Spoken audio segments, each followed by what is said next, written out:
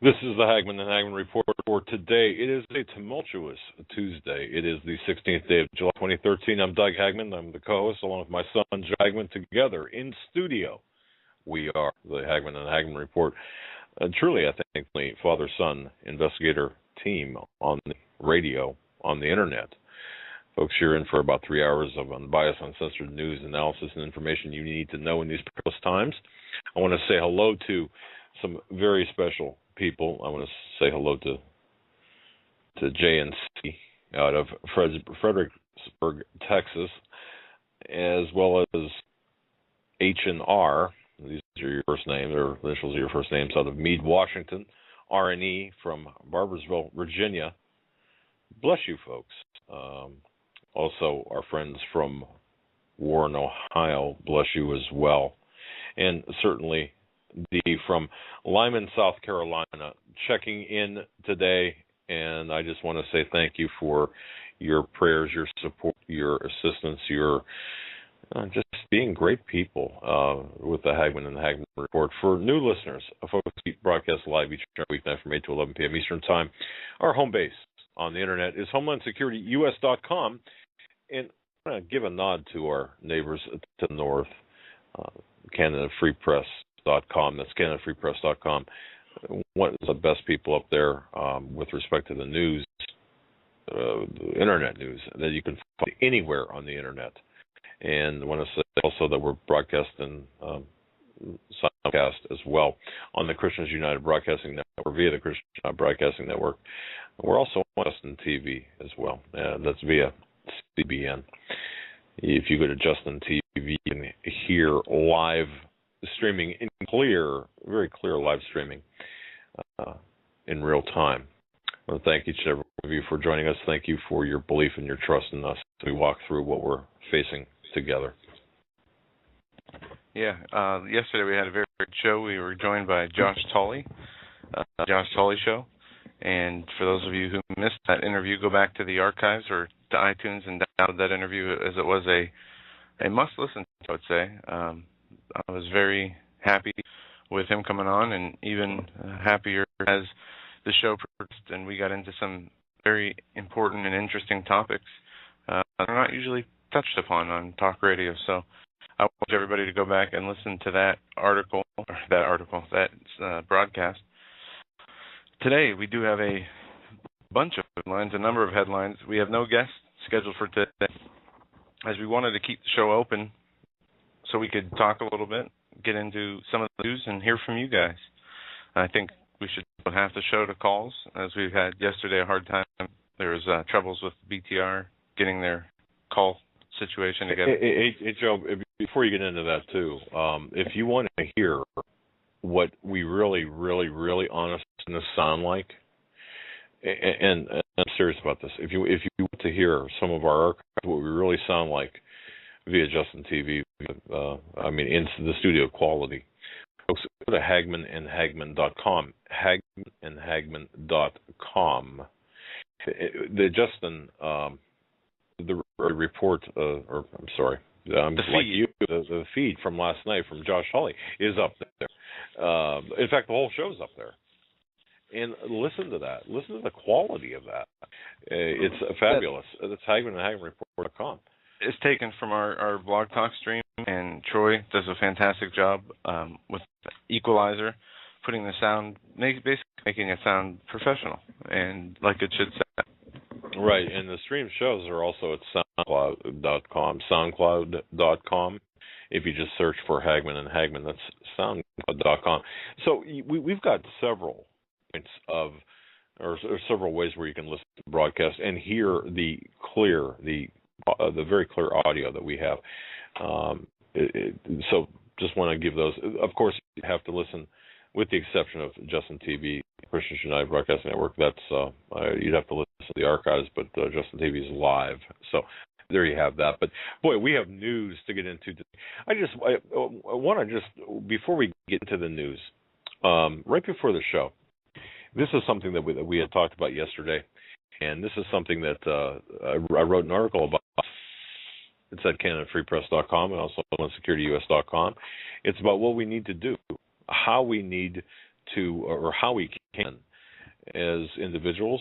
And I'm going to speak to really the Tea Party members right now. And I know we have Tea Party members who listen to us. I'm going to speak to you folks right now. Do you realize, Tea Parties, you have been given a gift from God by not, or by being turned away or delayed or otherwise had your applications for your 501c3s or whatever you were attempting to delayed, or in other words, let's say you filed for a 501c3 and not get it for 9 months or a year or a year and a half or whatever, essentially, or you have been audited because of your actions, or you have the information that you were one of the, I guess it's 175 different organizations that had their civil rights violated or their rights violated because of the actions of our government. That speaks to the article that was written 2 days ago. That's on CanadaFreePress.com and HomeSecurityUS.com about what we need to do right now. And that speaks to the civil RICO suit. Folks, people are making too much of this. I know I'm repeating myself, but it's necessary because, again, I've got new listeners, and I know that there are some Tea Party listeners listening to this broadcast right now, Tea Party members. If you have been wronged by the IRS, and I'm just using the IRS as one of several examples, you have been given, truly been given a gift by God, because you have the very simple ability to file a civil action using RICO through an attorney. So in other words, you can bypass the Holder Justice Department. You can bypass all of this other stuff holding you up. You don't have to wait for a special prosecutor to be appointed. You don't have to wait for any of this bunk. You can file in your own court. Well, just grab an attorney who understands the RICO law, the Racketeering Influence Corrupt Organizations law, and who's willing to take your case. And there shouldn't, because of the triple damages awarded to the victors of such cases, you should not have that big of a problem finding a law firm that'll take your case. You get a lawyer, and you file a civil action under the RICO statute. It is that simple. You don't have to wait for any congressman. You don't have to wait for any. You're not subjected to any of the tyrannical aspects of the federal judiciary, the Department of Justice. You can actually do this in a civil setting, and what will happen is when you do this in a civil setting, you are actually going after the very agents, not the agency, but the agents of the IRS who turned you down or who otherwise prevented you from proceeding with your 501c3 status, or who gave you the trouble with respect to answering certain questions or impeded your progress. If you understand, ladies and gentlemen, and I'm talking again specifically to the members of the Tea Party or those victimized by the IRS, if you understand the simplicity behind this and the fact that this is really truly the only way to expedite, and I mean expedite, this suit against the people who have done you wrong. Sounds like a country western song, doesn't it? The civil RICO action is the way to go. It's simple. It bypasses the Holder Justice Department.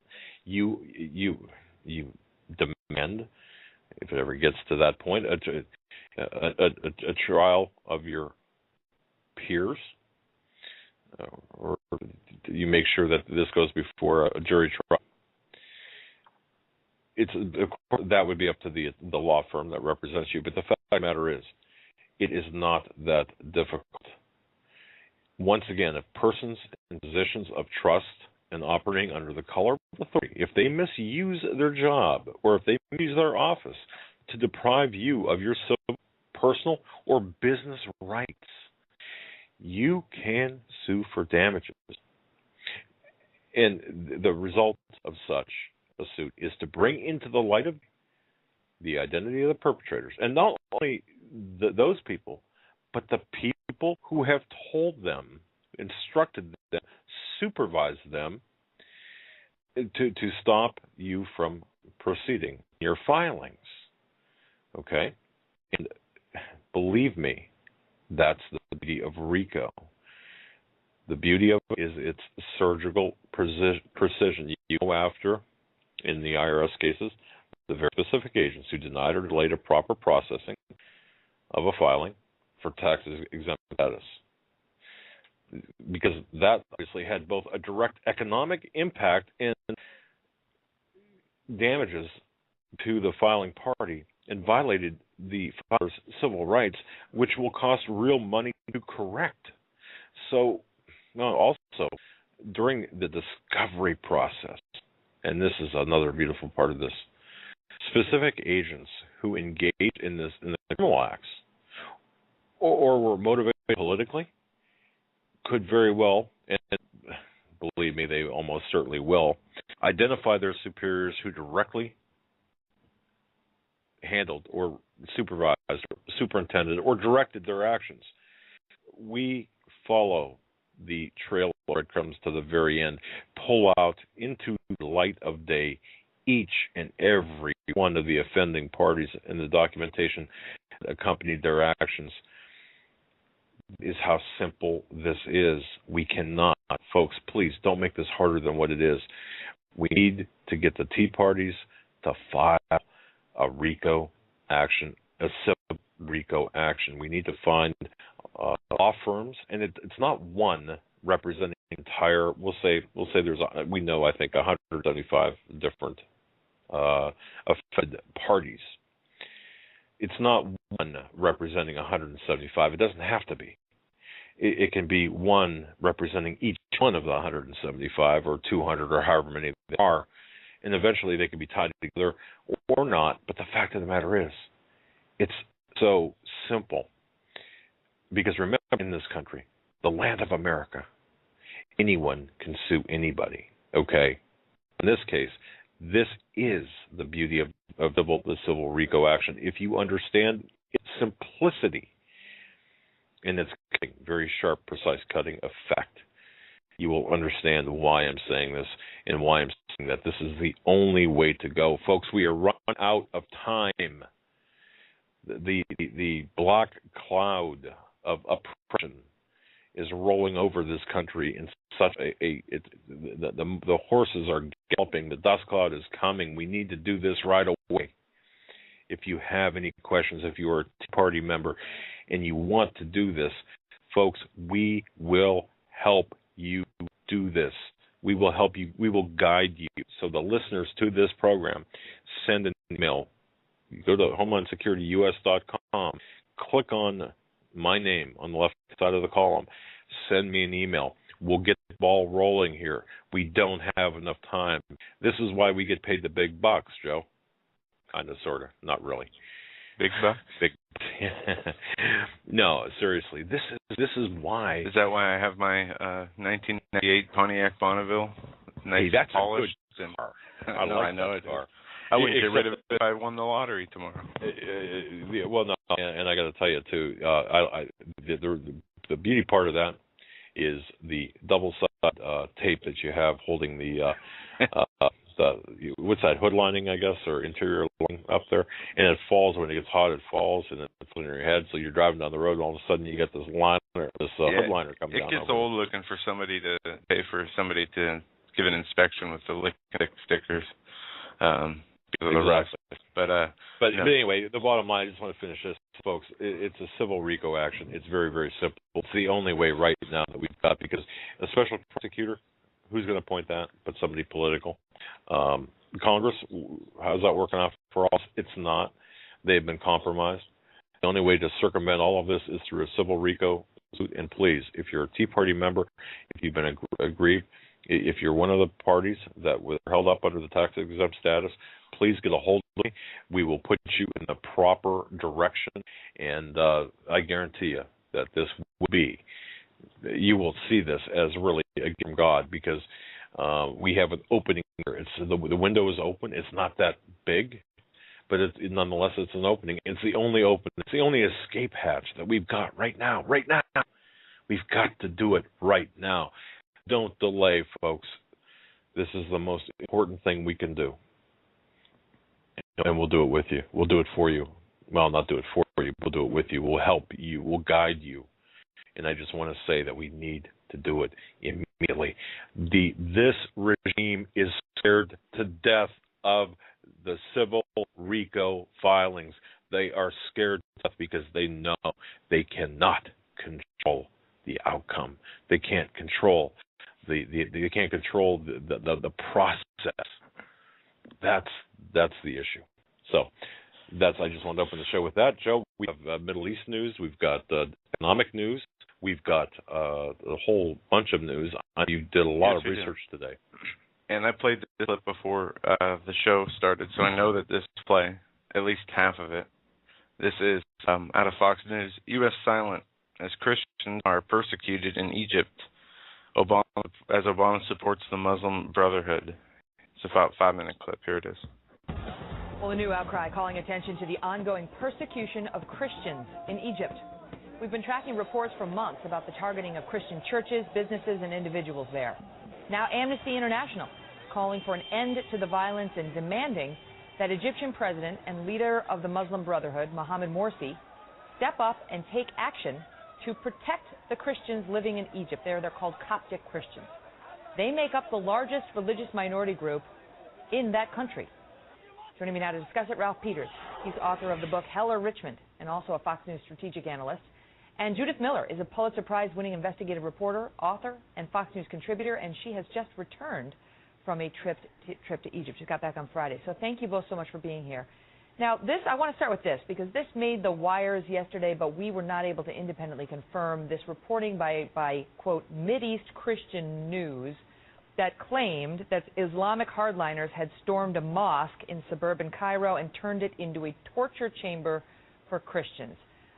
Judy, we just can't confirm whether that is true or it's not true, but what we do know is true is that there's a history in this country, in Egypt, of anti-Christian sentiment, and so far, Mohamed Morsi, who's supposed to be, the head of a new era in Egypt, has done very little to stop it.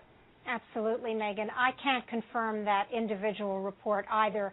I think the thing to keep in mind is that Christians are particularly vulnerable to the overall situation in Cairo, which is one of enormous instability.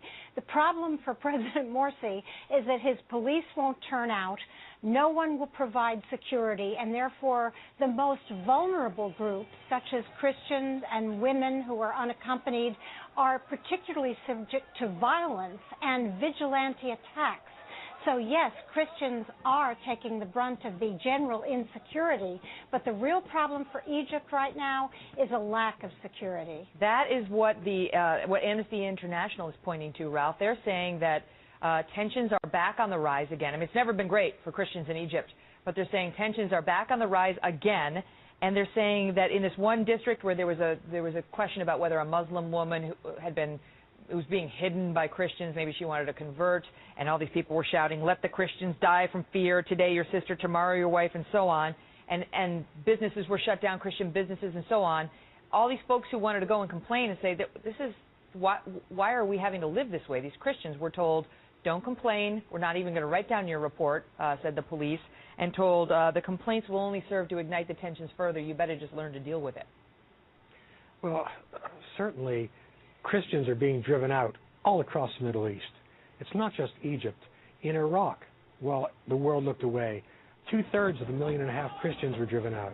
They're going to be persecuted in Syria. They've been driven out of the Palestinian territories. And now you see it in Egypt. And I'm sure Judy Miller, who's one of our great journalists, when she was in Cairo, went to the Coptic Quarter where the Christians live. It's a shabby slum. They were always third class, not second class, third class citizens. And I'll just tell you this, Megan. If the Muslim Brotherhood, the most powerful force after the military in today's Egypt wanted to crack down on the persecution of Christians, they could do it. But they're letting the Salafists and other extremists do the dirty work for them, because their dream, too, is a religious cleansing of a pure Islamic Middle East. That we saw in 2011, the clashes that saw tanks literally running down Christians in the streets in Egypt. And here we are now, 2013, Judy, and you say the real fear, even today, is of the future. What will Mohammed Morsi do? What will the Muslim Brotherhood do if they continue to consolidate power in that country? Well, that's the... All right, ladies and gentlemen, what you just heard, and we deliberately cut that sound at that point, cut that clip at that point. Here's the situation in Egypt. You heard at the onset of that clip, where the hardliners, we have to kind of translate this a little bit, the hardliners turning a mosque into essentially a torture chamber for Christians.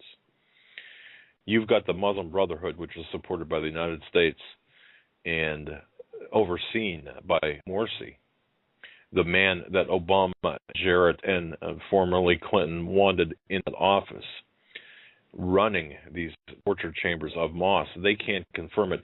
Doggone better well know they have confirmed it. And it's not one mosque. It's just about all of the mosques under their control. And the targets here are Christians, or let me be a little bit more precise. They're all non-Muslims. Now, see, here's the other part of the equation. As America, as the Obama regime decides to say, well, okay, we're not going to, we're going to let this go. Look what's happening in Central America right now. Look what's happening in the streets of Colombia. Now, there are articles out there where we can find this, but in Colombia, for example, Middle Eastern images and sounds are common in the streets of the busy free trade zone. And this area is home to Colombia's largest Muslim population. It's a very congested area, but in a location that's near the desert border with Venezuela, there are various outposts there where beneath the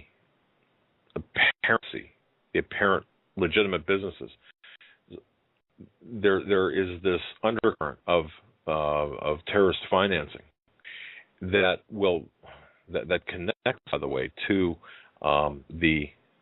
in addition to it connects to not only to what's going on in Central America, but it also has its over in the Middle East. You see, when AQIM, which was part of the Al-Qaeda, that group was part of the Benghazi situation, there were money and drugs that were being funneled to and from South America, from northern Egypt or northern Africa. Well, this has drifted into Central America, specifically Venezuela and Colombia, in that area, and you've got this whole big enterprise now, from torture in Egypt to drug financing to people being kidnapped. This one big enterprise that is being that's actually going all across the southern hemisphere and the northern hemisphere, from Egypt, from North Africa, into Venezuela, into Colombia, into South America, and Central America. The United States, by their actions, Obama, by his actions, through their consultations to Obama, they have abandoned the Christians. There's a war against Christianity. The terrorists are emboldened by this. The financing is overt. The torture is overt. This is not just in Egypt. This is taking place all over.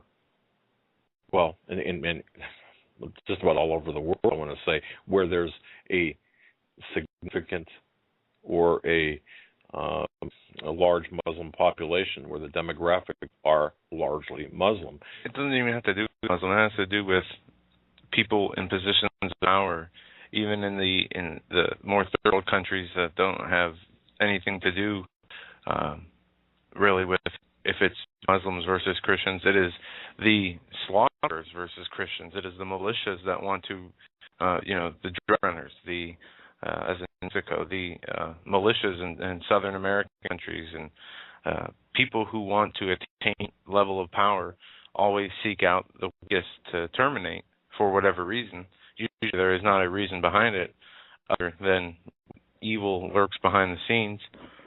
But this is the world that we live in. Exactly. No, you're exactly correct. And there's even an Iranian connection to this as well. If you look at all of the Muslim groups, though, and I understand your point because you're going the strongest to the weakest, but against the weakest. But if you look at all of these connections, I've got to, after doing the research, I've got to say this.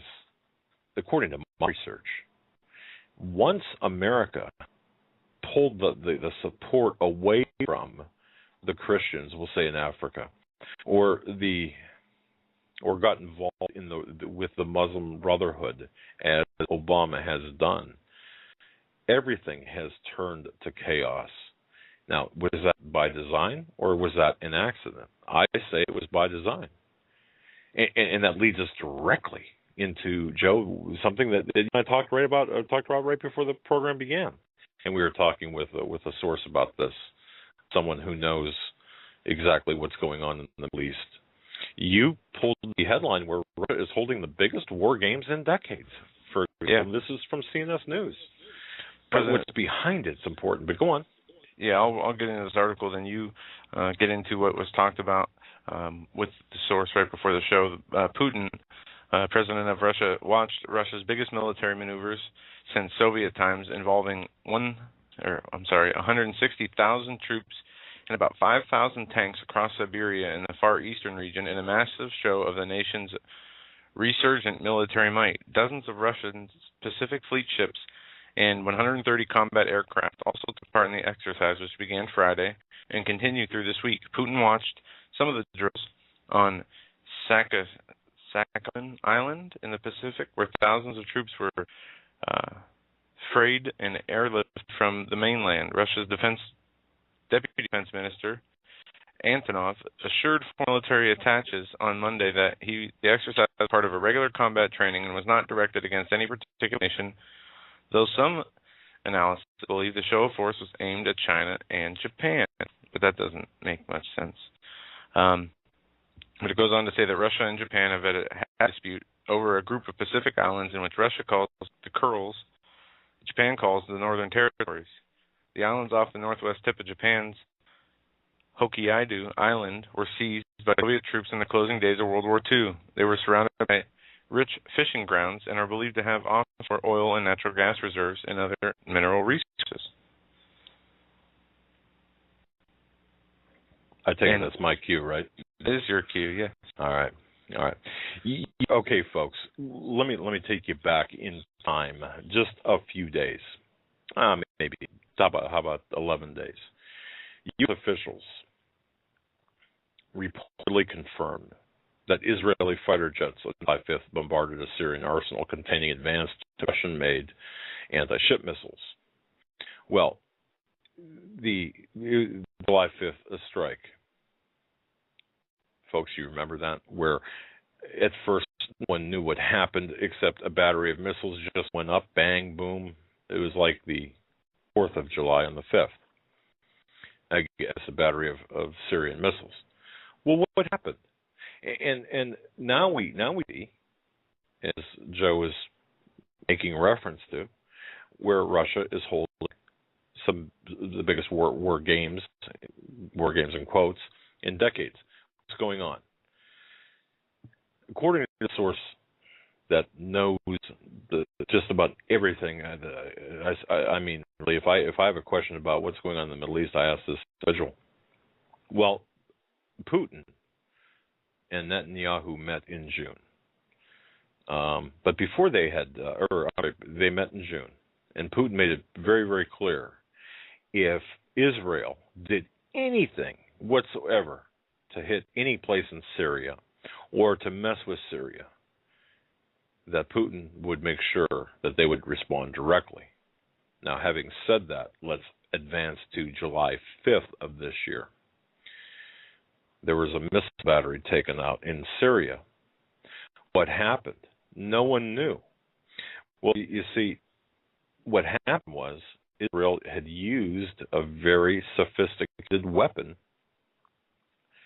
that was fired against this missile battery. And Joe, you heard the conversation. And no one knew exactly what happened. Until what? Until Obama threw Israel under the bus and said, no, it was Israel. They used this type of weapon, and that's the way it is. Why? Why would the United States throw Israel under the bus like that? They are doing the bidding for Saudi Arabia. They need to have chaos over there. They need to be involved in the world, to start World War III. Don't forget, Benghazi was all about starting World War III. Well, let's just say moving the chess pieces around to start World War III, as there was that weapons funneling up to Syria via Turkey.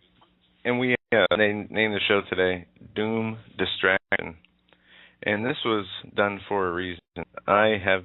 We have all been seeing if you go to Drudge, see the continuous, nonstop stories, repeating stories of the Zimmerman narrative, the headlines there. I do have an important clip on that from Eric Holder and his reaction and what he plans to do, taking on the case personally and saying as much as Obama is not taking it personally. But regardless of that, they are, and Drudge included in this, has gone beyond what I believe is news coverage into poking the bear, we should say, drumming up human emotions, looking for a reaction. I know that there's been some pockets of unrest and some crimes that have led to death as a result of this verdict, according to those who were found to be committing the acts. But feeding into this frenzy, would this have happened? We have a whole. If you look at Drudge, more than half of the headlines on there are about the Zimmerman case. It's done and over with. Let it go. You didn't get the riot you wanted to. You didn't get the people out there rioting, burning down their own cities, killing their own brothers and sisters, each other. You really want it bad? You're just going to keep on throwing coals into that fire that's trying to be extinguished. That people are reporting, even here on clips on Drudge, this was made race. This is not about race. This is racist. Who cares? It's over. The verdict is done with. Now, I don't remember. I was young when OJ was on trial. I don't remember seeing a reaction to a verdict. You would think this was the president who was going through this, the way the media is reacting to this. They are feeding into this emotional weakness humans have of dividing each other against lines of color, lines of class. But you know what? I don't mean to interrupt your intellectual stream, and I mean that sincerely. But let me just say this: the mainstream media, if it leads, it leads, and if there is the scent of blood in the air, I believe that the mainstream media will jump on that and to magnify it. But most importantly, what you said earlier, the distraction behind it. But even more important than the distraction, and folks, I believe that we really, really need to take a look at this. The Justice Department, the Holder Justice Department, they are backing this little-known agency called the Community Relations Service, or CRS for short. The Holder Justice Department described it as a peacemaker group for community conflicts, anything over civil rights and race. So what they are doing is the Holder Justice Department, what the Holder Justice Department is doing is they are financing the CRS or Community Relations Service. These groups, in fact, one filing from late March was about $700 in expenses. So people from Washington could be deployed to Sanford to work marches, demonstrations, and rallies related to the shooting and the death of an African-American teen by a neighborhood watch captain. This is being sponsored in totality by the Holder Justice Department with the imprimatur and under the supervision and being superintended by the Obama regime, if you will. So that's where the attention should be paid, not to the anything else. It's that needs to be looked at. What's the DOJ's role in this, Joe? The Community Relations Service, the taxpayers are funding this. Aside from that, let's put that aside for a minute. We know that the executive branch, as we stated before, and this is more of a truth to me now, and I'm sure it is to many, that they are basically actors in a movie. They're given a script, they follow it. And that can be proven through the rhetoric of Obama in the campaigns versus his actions as president, also with Bush, also with Clinton, it goes back as long as can be. They are placeholders. All right. Continuity of agenda. The agenda is the same regardless of the people in leadership. Now, if we understand that, we understand that they're not actually responsible. The people who are creating the policy, the think tanks behind the scene, whatever groups or influences are there, when we know there are many, the international ones, like the UN, the World Health Organization, World Trade Organization, IMF, these are the bigger ones, the bigger think tanks. You have the CFR, the Bilderberg Group. These international calls of banker businessmen to royalty and rich people set policy in a certain way, up these actors or placeholders to carry out their policy.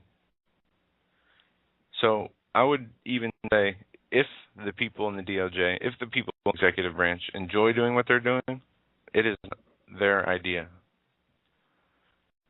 Now that said, the way that this Zimmerman thing is really bothering me is because they are provoking, it's one thing to have all the hype beforehand, have the verdict come out, and it'd be a dud compared to what they expected with the money they put in, with the attention they gave it. Now, they didn't get the response they wanted. They're going back and finding, and I've seen this in the last couple of days looking at headline, some of the most vile racial, sayings, terms thrown around by people in the media, by people who are the few places where violent action did come from this. But either way, let it go. It's over. I'm sure there will be a few stories that will be important to report on, as you say. The taxpayers' money being spent on one side or the other issue. That's important. But really, we're going to go and you have one of the prosecution's key witnesses who made the defense's case for them on CNN explaining the difference between two racial slang terms. You have Hillary Clinton tells sisterhood of heartache from verdict. You have, you have people, Stevie Wonder not playing in Florida. You have 4 people killed in Chicago, 4 children killed in Chicago. But they want these headlines, right, exactly, and people are playing right into their hands. As soon as you detach yourself from this crap, it's called news. And news can be used for a positive thing. Instead, it is used to drum up the next Snowden leak, the next Zimmerman verdict.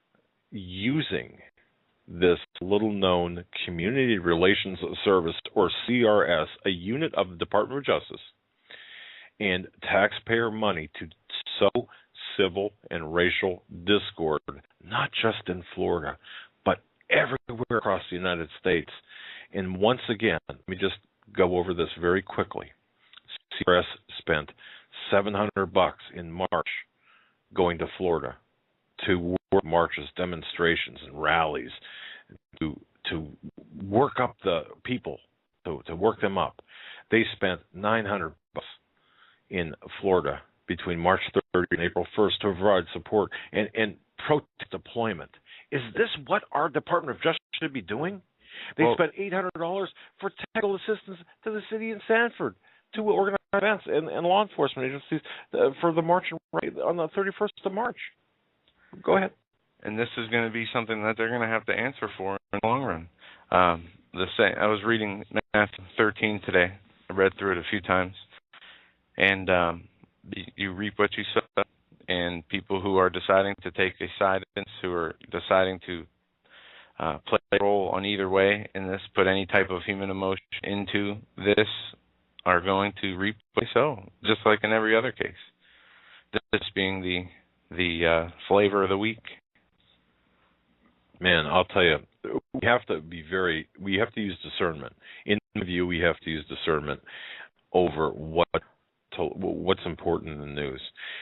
I do believe, as we open the show, we talked about the RICO action. I do believe that is very important. I believe that if we could get people on board, and we will get people on board, and again, I'm talking to this 175 or more, anyone who is denied the opportunity or support, or any one of the multiple of those groups who were victimized, to file RICO actions. Additionally, anyone who might have heard and acted on information from any one or multiple of those groups, if you were affected by this, you could have $1 million in a class action suit in a civil RICO type environment.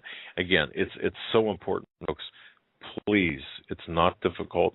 Please, you've got to understand what is being said here. This is the only way to bypass the Justice Department, this Holder Justice Department, the same person or the same department that is exporting these, my goodness, exporting social chaos wherever they go. And this is the only vulnerability in real time that we could use to, and if you sense urgency in my voice, please understand there is urgency, because the galloping of the horses, the dust cloud that we see, the galloping of the horses that are coming at us at full speed to take us down and to take on the road of tyranny. So that said, and of course, that all of this talk too is shielding us from the huge threat of World War III breaking out in Syria, or because of Syria in the United States, what they're doing, what they've done, and continue to do to topple or to attempt to topple Assad. And of course, we are going to find ourselves foot to foot, face to face, with not only Syrian troops, but Iranian, Syrian, Russian troops as well. And this will be unlike anything we have seen in the recent past. It's not going to be like Libya. It's not going to be like Iraq. It's not going to be like Afghanistan. Syria is going to explode outward, not implode. And when that happens, it's going to go from a regional conflict to a global war. We're going to see, instead of 100,000 dead and 1 million displaced, you're going to have tens of thousands, hundreds of thousands dead and tens of millions displaced from this. This is the greatest threat to our safety and security, global safety, global security, if you will. This is the greatest threat to world peace in modern history. It eclipses, I would dare say, it eclipses the Cold War. We are about to go hot in Syria. Please understand. Did you see the article I sent you today on the not only problem with what is happening in Syria, but with the economic situation that is there, I did. It was funny because 5 minutes after, and I didn't check my email, but 5 minutes after you sent it to me, I sent it to you. So if you look at your email, you got it, and we both I sent it got to to each check other. that more often than twice a day. But plunging currency adds serious gloom.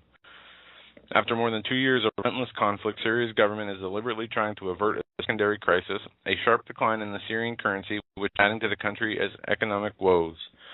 The war and the Western economic sanctions have been accompanied, and it has taken an inevitable toll. The economy has shrunk by 35% as industrial production has stalled. Nearly half the population is unemployed, and foreign currency reserves have been decimated, according to the United Nations, which estimates the overall impact on the economy to be as much as $80 billion. Look, already we have repercussions here in the U.S. The U.S. dollar, once again, and please understand, I received some information from someone who was very spirited, shall I say, but understands the United States dollar is on the chopping block. We are about to experience something, once again, that our economy has never experienced. China, India, Japan, Iran, they're already trading among themselves and have been for the past year, using their own currencies. Now, that said, Syria, in addition to everything else, people have to understand the war that's being fought to topple Syria. Think about this as an example.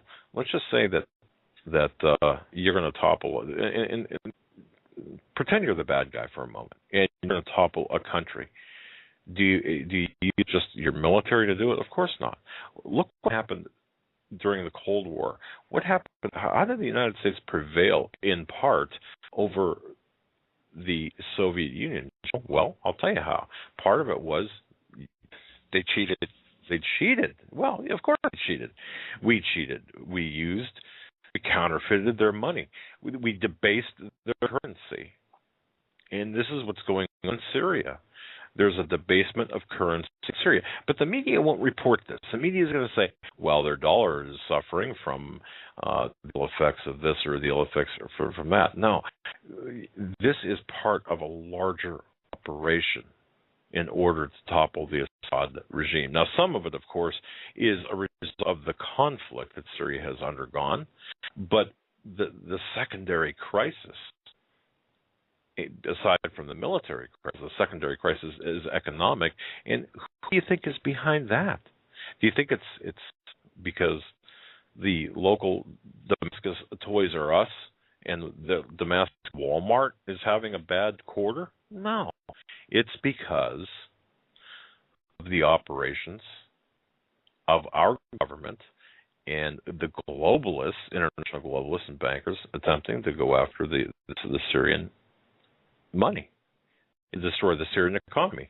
You know, when you've got a whole country full of people who are hungry and who cannot buy food because there's no food to buy, or if there is food to buy, you can't afford it because your currency is being debased.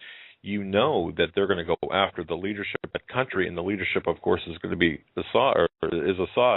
And of course, you've got this situation with the Muslim Brotherhood who want to take control over Syria, and we are backing them, and we're debasing their currency in a covert war against them. It's all part of the globalist plan, and at the end of the day, it's going to be Syria, and then every other country's currency is going down, including the United States. At least that's my view based on my research and I think I can speak for you to some extent, Joe. I'm not so sure anymore, but you leave my opinion to it for now. You know what? You mentioned something very interesting that I think you should toss out to the audience as to what you think might take place. Well, looking at different things and reading a few opinions and how things could happen and going information from different people, both public and private. What if there was no such thing as a coming financial collapse, but only a new financial system that's already been established, that's be complete, that will just be implemented without the collapse. What if there is an area where it's not an economic situation, but the other situation warrants the system being implemented? And ladies, I'm very proud because he asked that question, and it made me think. And I'm proud of you for asking the question. And shouldn't we all ask that question? Does it have to be what is embedded in our minds, or what the collapse would look like? Does it have to be a collapse that will bring about a single financial system? Right. Now, think about this. We are told in the Bible we are in a time like there never was before, nor would ever will be again. So can history be our guide? My goodness. That's a good point. The key words there, never before or again. And if it was never before, we've seen fiat currencies come and go. We've seen economies collapse, the Roman Empire, the fiat currency there. So we've seen, but the thing is, though, I would take exception to this, we have not seen this happen on a global scale, I would argue.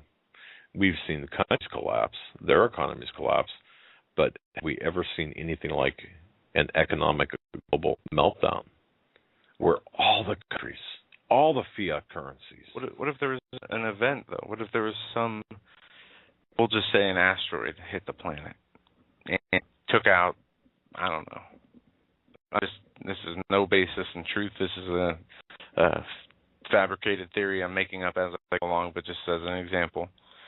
Took out, half of Europe and part of the Atlantic Ocean and the east coast of the U.S. What if people decided now we have to consolidate everything because everything's out of order? Isn't that a possibility? Yeah, I certainly wouldn't discount it. Once again, do we really, honestly, ladies and gentlemen, do you and I really know what to expect? What it's going to look like? Every time we do try to know what to expect, we are blindsided by something completely opposite of what we thought was coming. I have to respect you for opening that door, at least to the extent of asking the question. We don't know. We do know this, that the entire world, all the countries across the globe, their economies are based on the fiat currency, on a fiat currency. And folks, if you did the homework assignment, and I use that lovingly in quotes, of course, if you did the homework assignment by watching the video, the difference between currency and wealth, and watch the 25-minute video or 30-minute video, if you study that carefully, I think you'll understand that we're in a position where this has never happened before and on a global scale.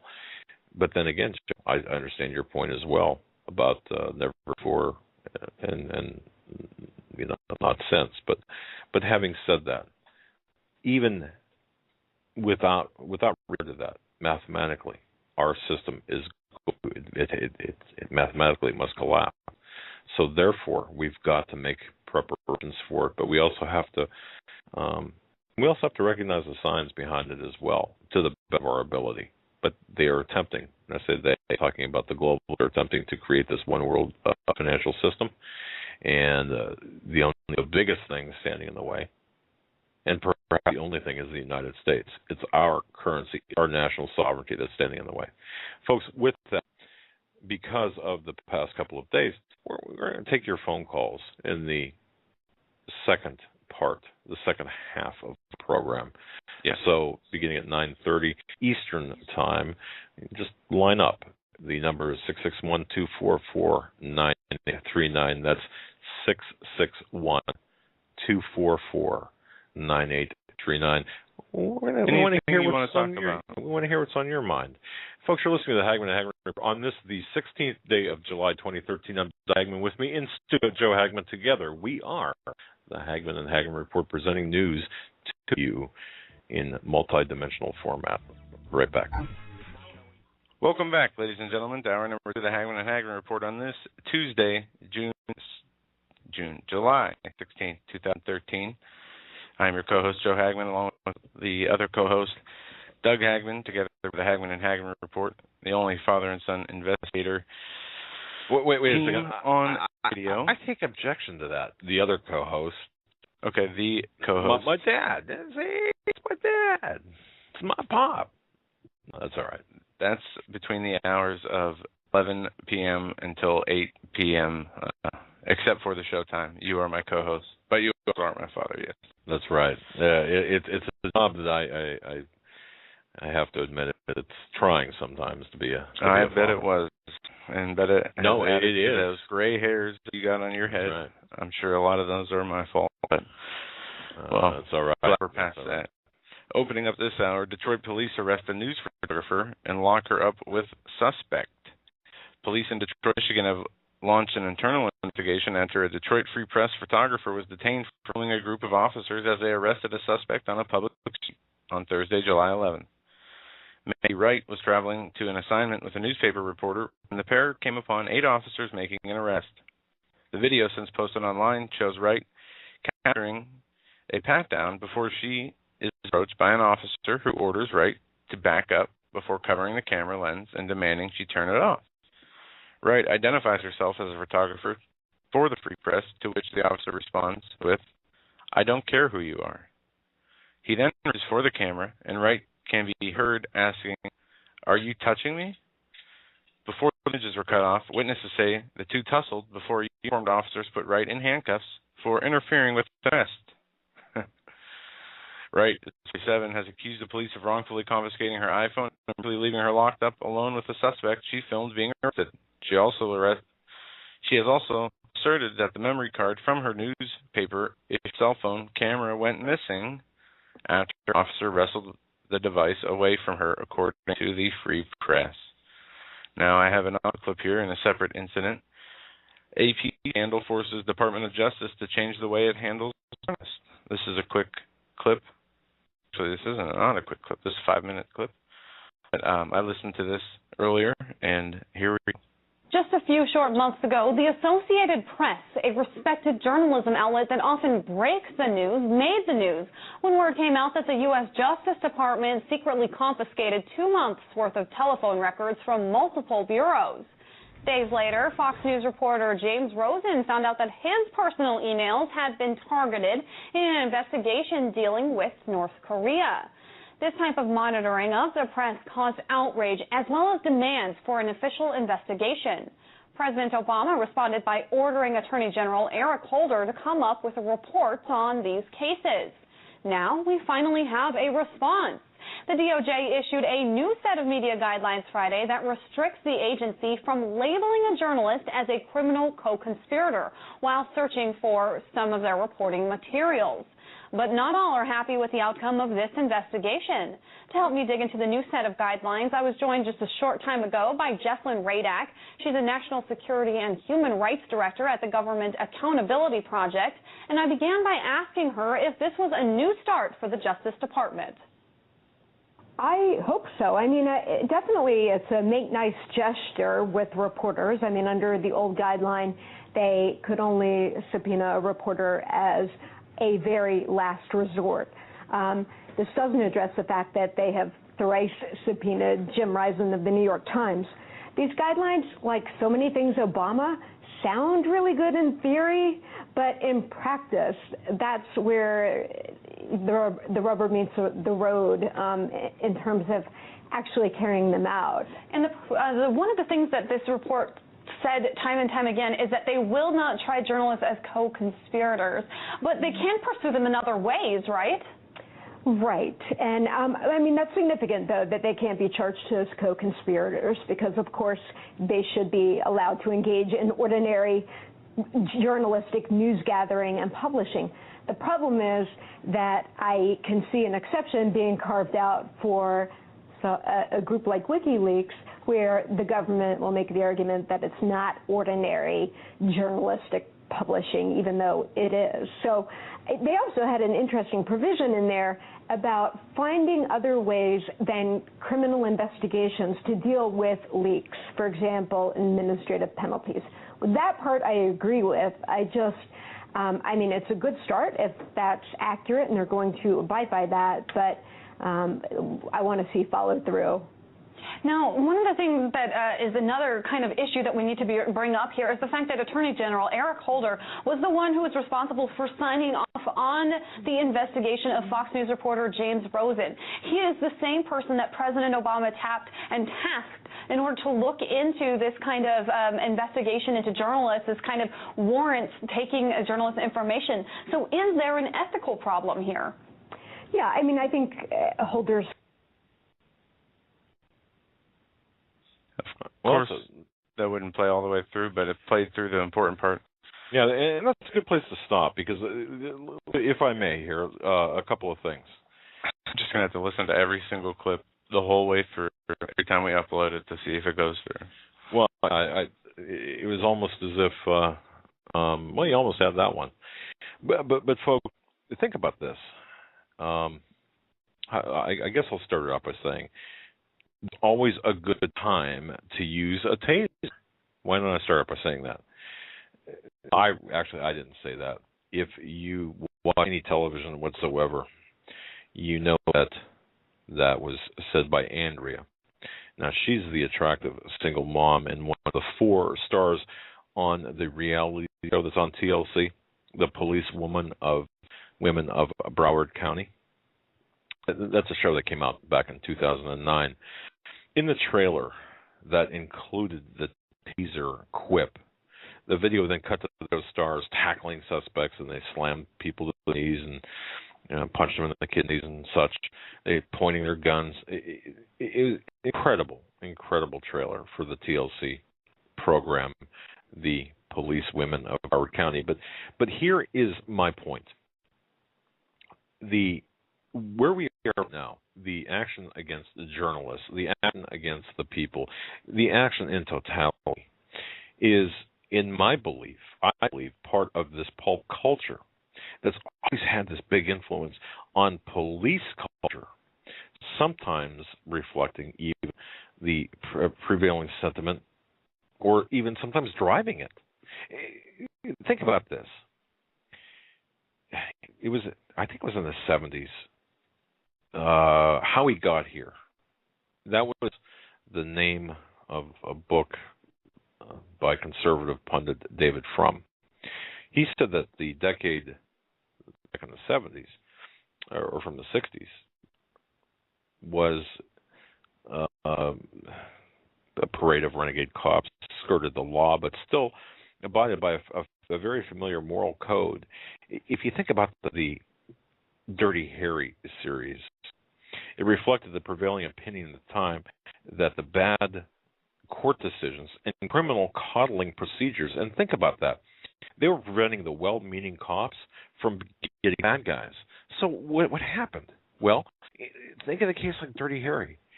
They just went overboard. And people embraced that. They loved it because they loved to see the bad being punished. And, of course, we take that forward.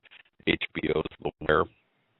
Of course, the Ed Burns, the former narcotics cop, he was a co-creator of HBO's The Wire.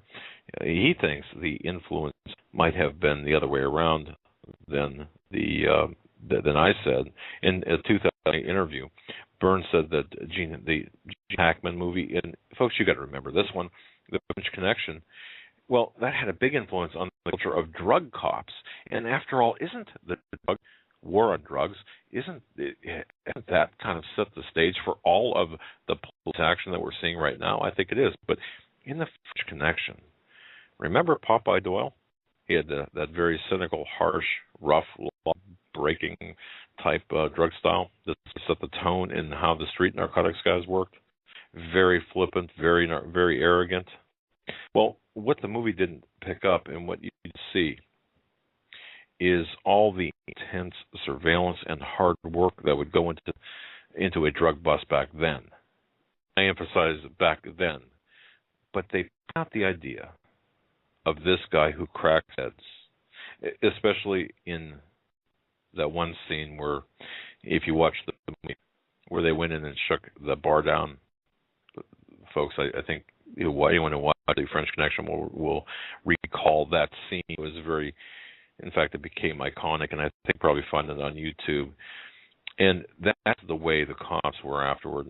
I mean, when you see the white cops in, we'll say, black neighborhoods looking for, or look like Serpico, and they're not undercover, it was just this mindset that took over of how you're supposed to dress and act and the way you're supposed to be. That, according to HBO's co-creator, Ed Burns. Now, the French Connection, you got to think about this.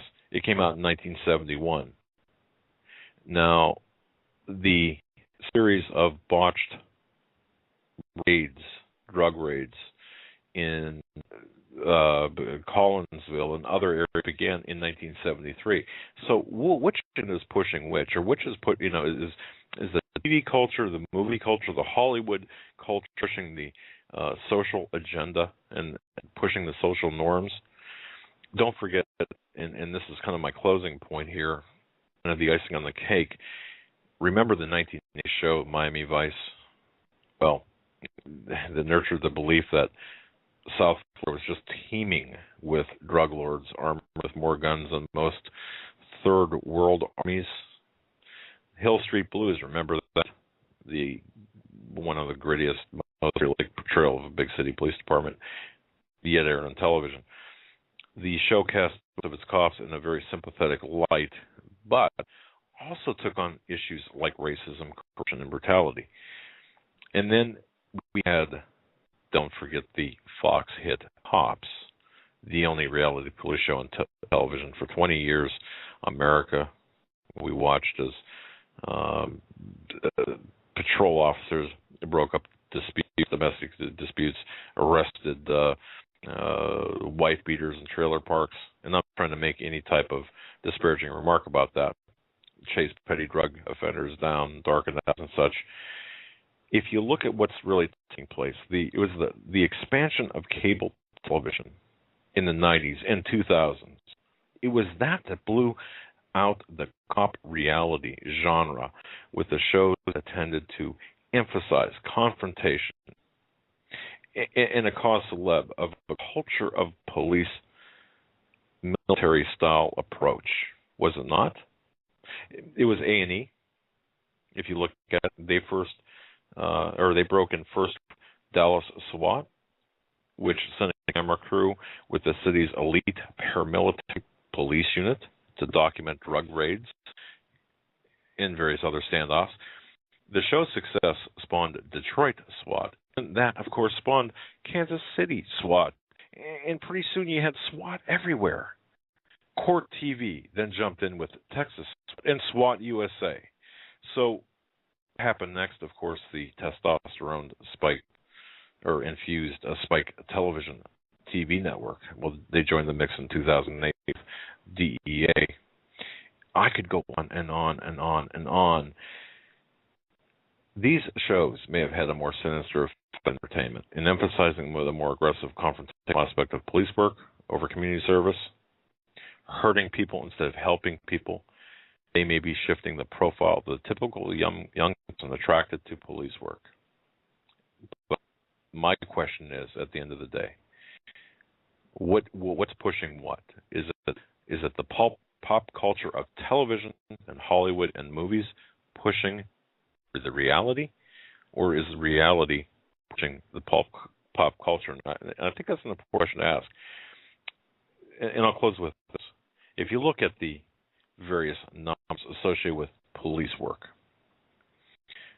especially the SWAT teams, because I think that if you talk about militarization of police, isn't SWAT, Special Weapons and Tactics, isn't that perhaps most, Joe, I don't know what you'd call the most, perhaps the best example of the paramilitarization of police forces?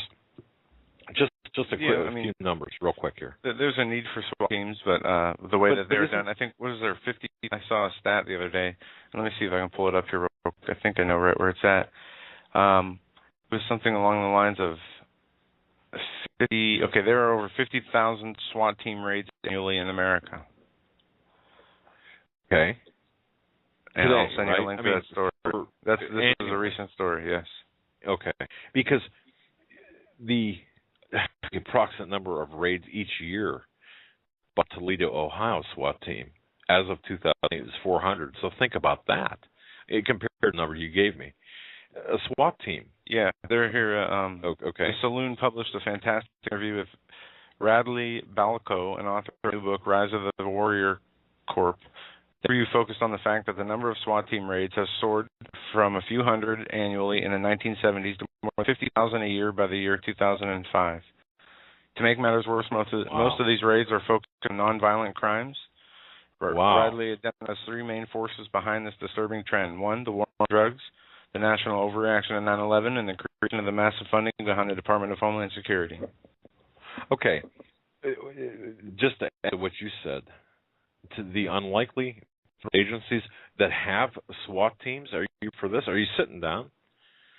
The U.S. Fish and Wildlife Service? I can almost understand that. But wait a second.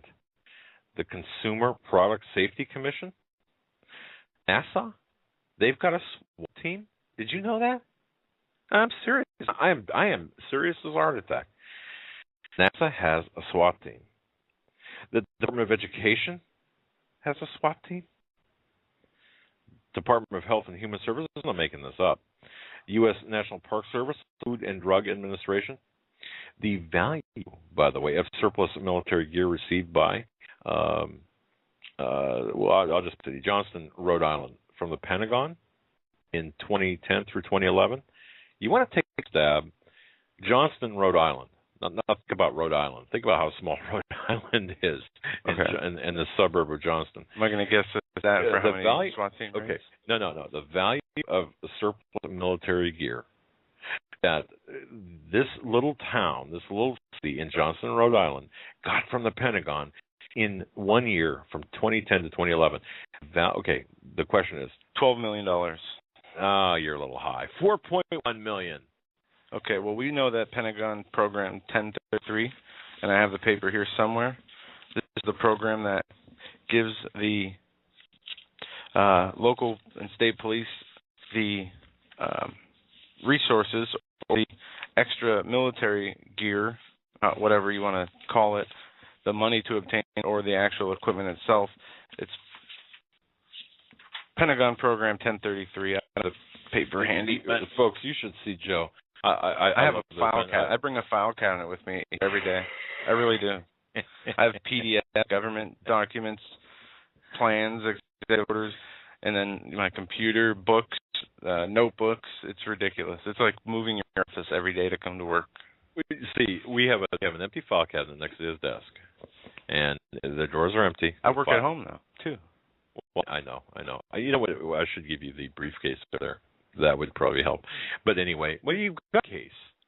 Well, I'm looking at it, I guess. I know. That limits me in what I can bring. Sometimes you see the case and a bag.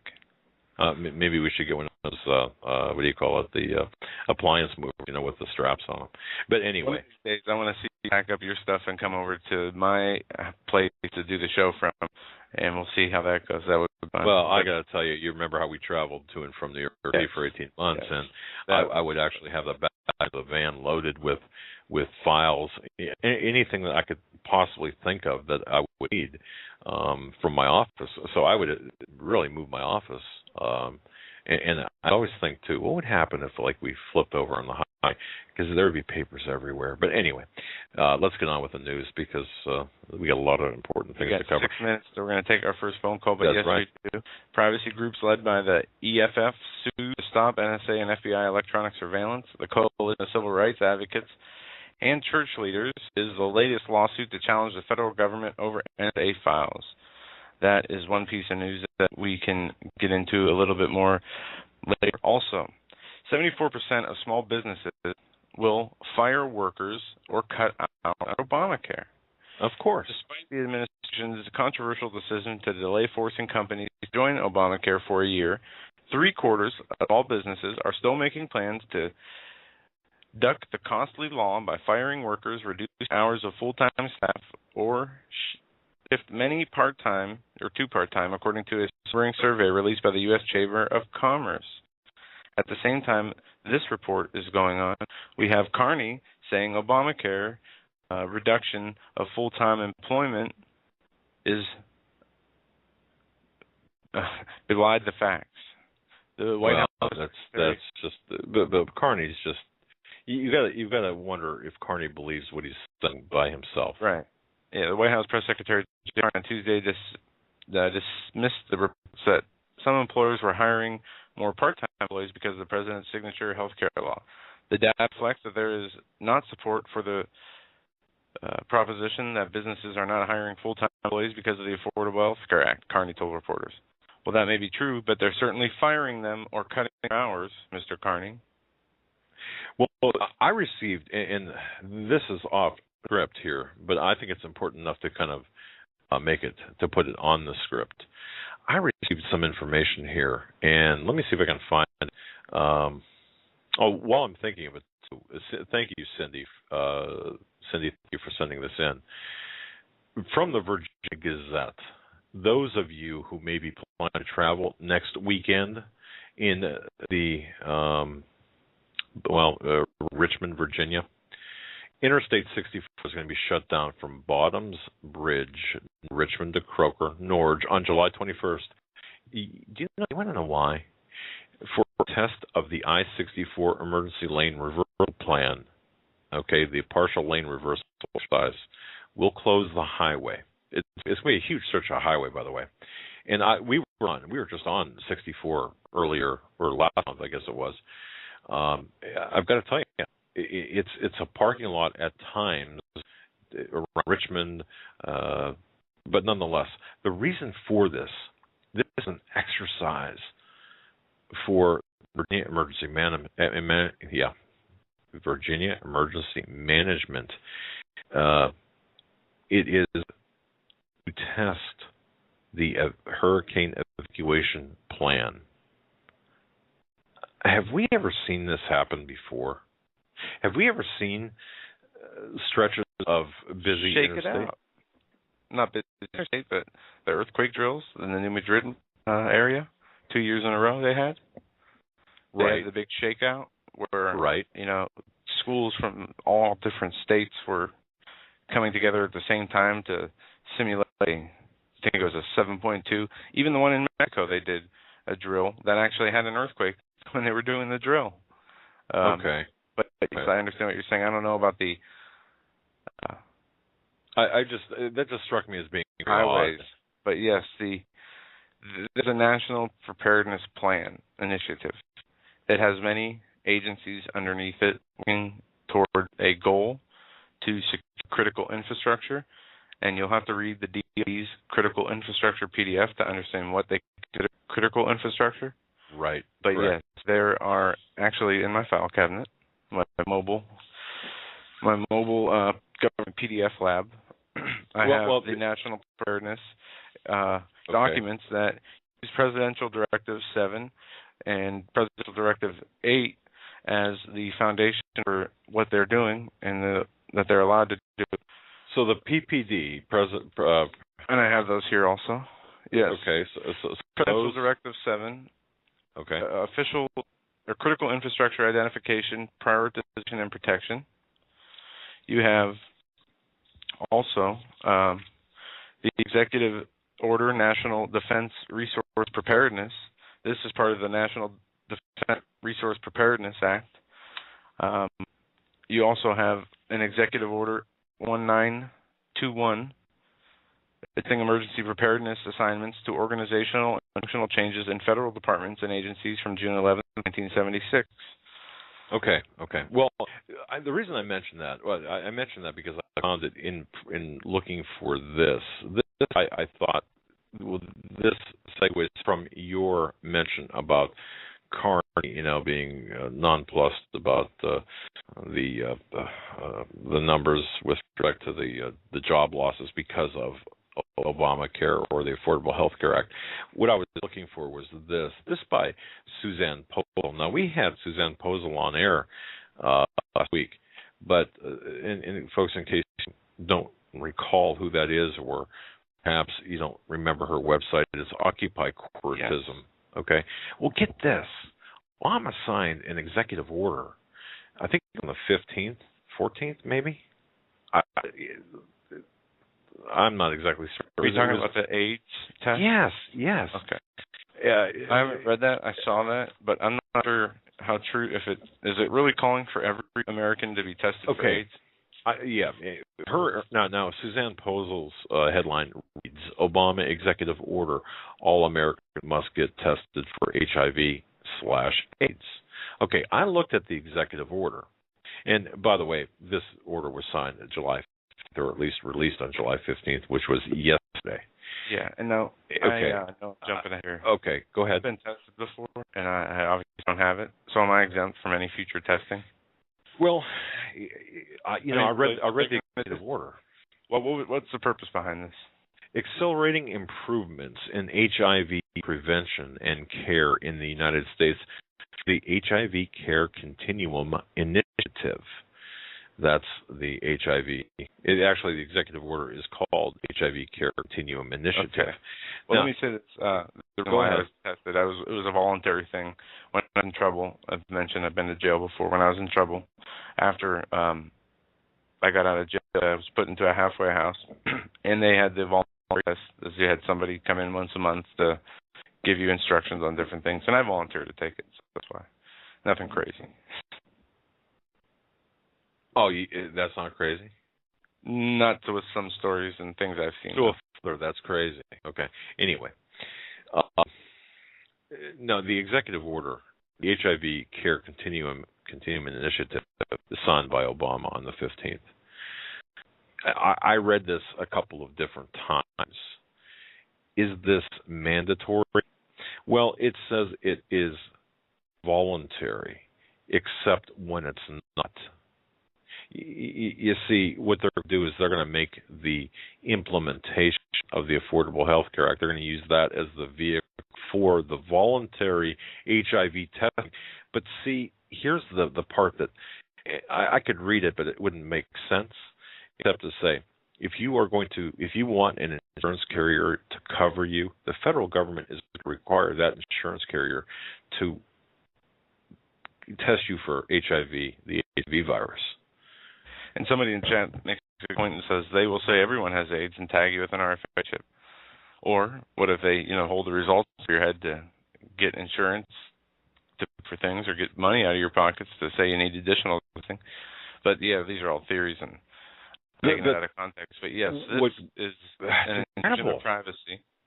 It is not the government's right to know unless the laws were changed in a way in the Health Care Act would it make it their right to know, which would also, through the process of thinking about this, would give them access and ability to do other things to you without your consent, RFID chip or some kind of identification marker that aren't explained out with the language that needed to understand it.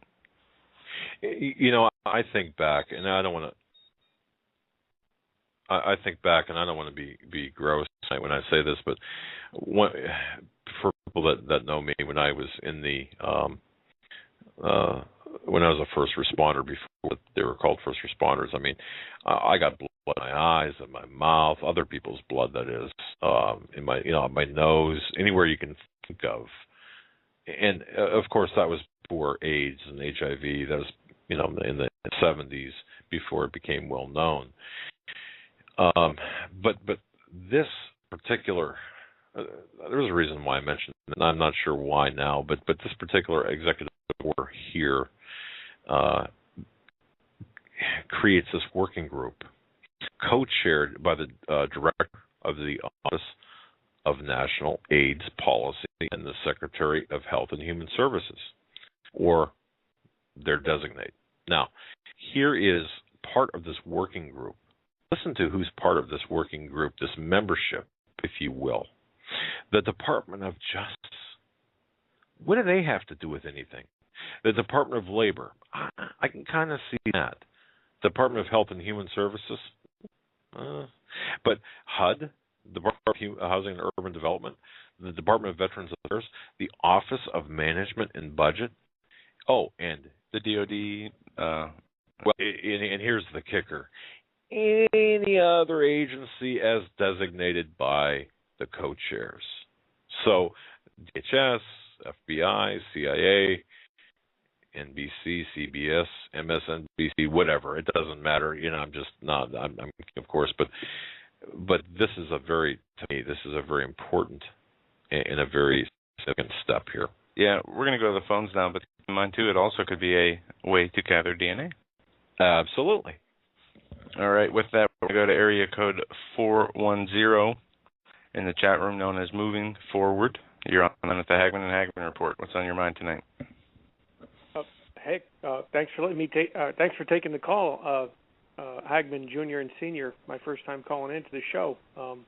Wow, what a lot of good stuff what a lot of good stuff you're throwing out there.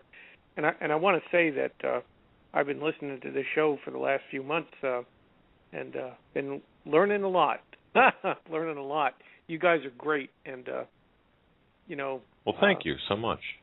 I come home from work and I got to get my fix a couple times a week of your show. So, thank you anyway, so much. I'm not trying to plagiarize you guys. I'm trying to say that I'm glad you're out there telling it and giving folks an education. But that last point you brought up about Obamacare and the choice of the American people, what we're paying our tax dollars for. And, there's a lot of good people out there in government trying to do good things, just my view. But those choices are being taken away from They're being taken away from us. And it's about, the voters being informed about what's happening. And this transparency, this lack of transparency about health care. I mean, it's outright scary. And, exactly. The Constitution provides, just my view, the Constitution provides the government so many authorities, but now it appears that those choices are being taken from us. And, we didn't authorize all these health care things, and we didn't authorize all these encroachments on our privacy. And we didn't authorize the American people all these rights being taken from us without a discussion and a vote and a vetting. And you guys are throwing that in front of us. You guys are putting that out and saying, hey, there needs to be a discussion. Exactly. We are losing our choices. The government is out of control, from the NDAA to the Patriot Act to this is so crazy, which, by the way, is why we're trying to push the Civil RICO Act against the IRS, because what's the enforcement arm of the Affordable Health Care Act is the IRS. We need to get this pushed back, caller. I don't know how you feel about it, but it's a bad law. When you've got 20,000 plus pages over the Affordable Health Care Act, for example, that's a bad law. But choices, you're absolutely from the money. Choices are being taken from us left and right, and pretty soon it's going to become nothing but a tyrannical dictatorship if we're not already there. Well, again, I don't think the government's bad, but I think they're doing a bad job of putting the discussion in front of the American people, involving us in the discussion, and all these things I hear going on. This guy Putin over in Russia, he's bringing the church back, conservative Christian values, family values, mom and dad's raising kids, and over here we've got, maybe if I was a baseball card player, I'd want to make a swap, trade Obama for Putin, because that's where things are going. Did you ever? That's what's exactly happening. I mean, exactly. He's pulled his troops out of Syria, and now Obama wants to get us involved in another war, and I just don't get what's happening. So maybe the American people need to be involved in the discussion. Thank you for saying that. I truly believe that. And my question to you, obviously, it's rhetorical, I suppose, but did you ever think that Russia would be acting more like the the States did 20 years ago than the United States. Oh my gosh, are you kidding? I'm a retired U.S. Army vet. I'm a Cold Warrior. I grew up in the Reagan years. Bill Clinton signed my discharge after a career in the military. I mean, come on. Now we've got a Marxist leading the country, bringing us down the social toilet. I mean, that's just my view. I hear you. And, believe me, my friend, you're right on the money, and I want to thank you very much for your compliments. I thank you so very much. And we will try, with every show, we try to improve and try to bring you more information. With every sentence, we try to, put facts in with the discussion and bring the discussion the relevant. Thanks for letting me call in. I know I said too much, my friend. I know I said too much, but thanks for hearing my words, and God bless you. And Maranatha. Bless you too, and look forward to hearing from you again. Thanks for calling. All right, we're going to move on to the next call, and if you want to weigh in from now on until the rest of the show, 661-244-9839. That's 661-244-9839. You press 1 to speak with the host. And we don't screen calls, by the way. Not at all. We don't screen calls. That's why we use the area codes, which we're going to do now. Area 515. We're coming to you next. You're live on the Hagmann and Hagmann Report. How you guys doing? You there? Fantastic. What's on your mind? I don't know. Let me check, see how I'm doing. It looks okay. I'm a guy that's watched 3,000 YouTube videos in the last 6 months. I'm a YouTube analyst, and I got 4 computers running. I ended up in a wheelchair and didn't have much to do, so I went out and got some of the best video equipment you can buy. I got like a 4-foot flat screen, and I just got some nice stuff. And I started noticing things, and I started just doing YouTube videos just to see what's out there and try to discern the truth. And I started running across, you guys have heard a couple things I ran across, but I ran across a real interesting one. Get your pens ready. It's just called 4A TV, capital F, capital O, capital R, A, capital A, and then .TV. And you go to an interview by Star Jones of Trayvon's mother. And right. When that one's done, you watch a 13-minute video, some pop-up, click on with the bald-headed man, a bald-headed white man. It's 13 minutes long. And you guys watch that one, and you're going to be blown away. But remember when Obama said that could be my son? That picture of Trayvon? Well, remember that? Yeah. Well, how about this? How about if that's Obama when he was 16? And what you're going to see at 4A TV, where I just told you guys to go, I want you guys to check this stuff out yourself. Just like what I've seen in India with the, remember what I told you? I've seen the kids holding the Freemason signs, and they got set on fire. Yes. Well, that's all been shoved under the rug. But this 4A TV, I went out and bought a Netgear box, and you know what those are, those streaming media boxes. Okay. And they're pushing that as one of the channels, so I just started scoping it out. And somebody analyze this thing for us. We need somebody to analyze 4A TV for us, because I don't know, it's got a strange undertone of the UN behind this thing. But I want you to go see this. It shows a picture of a 2-year-old boy getting killed in a senseless drive-by shooting. And then there's a 6-year-old boy, and an 8-year-old boy, and a 10-year-old boy. And then there's a budding football star. I think he's about 16. And then there's a budding basketball star, and I think he's about 18.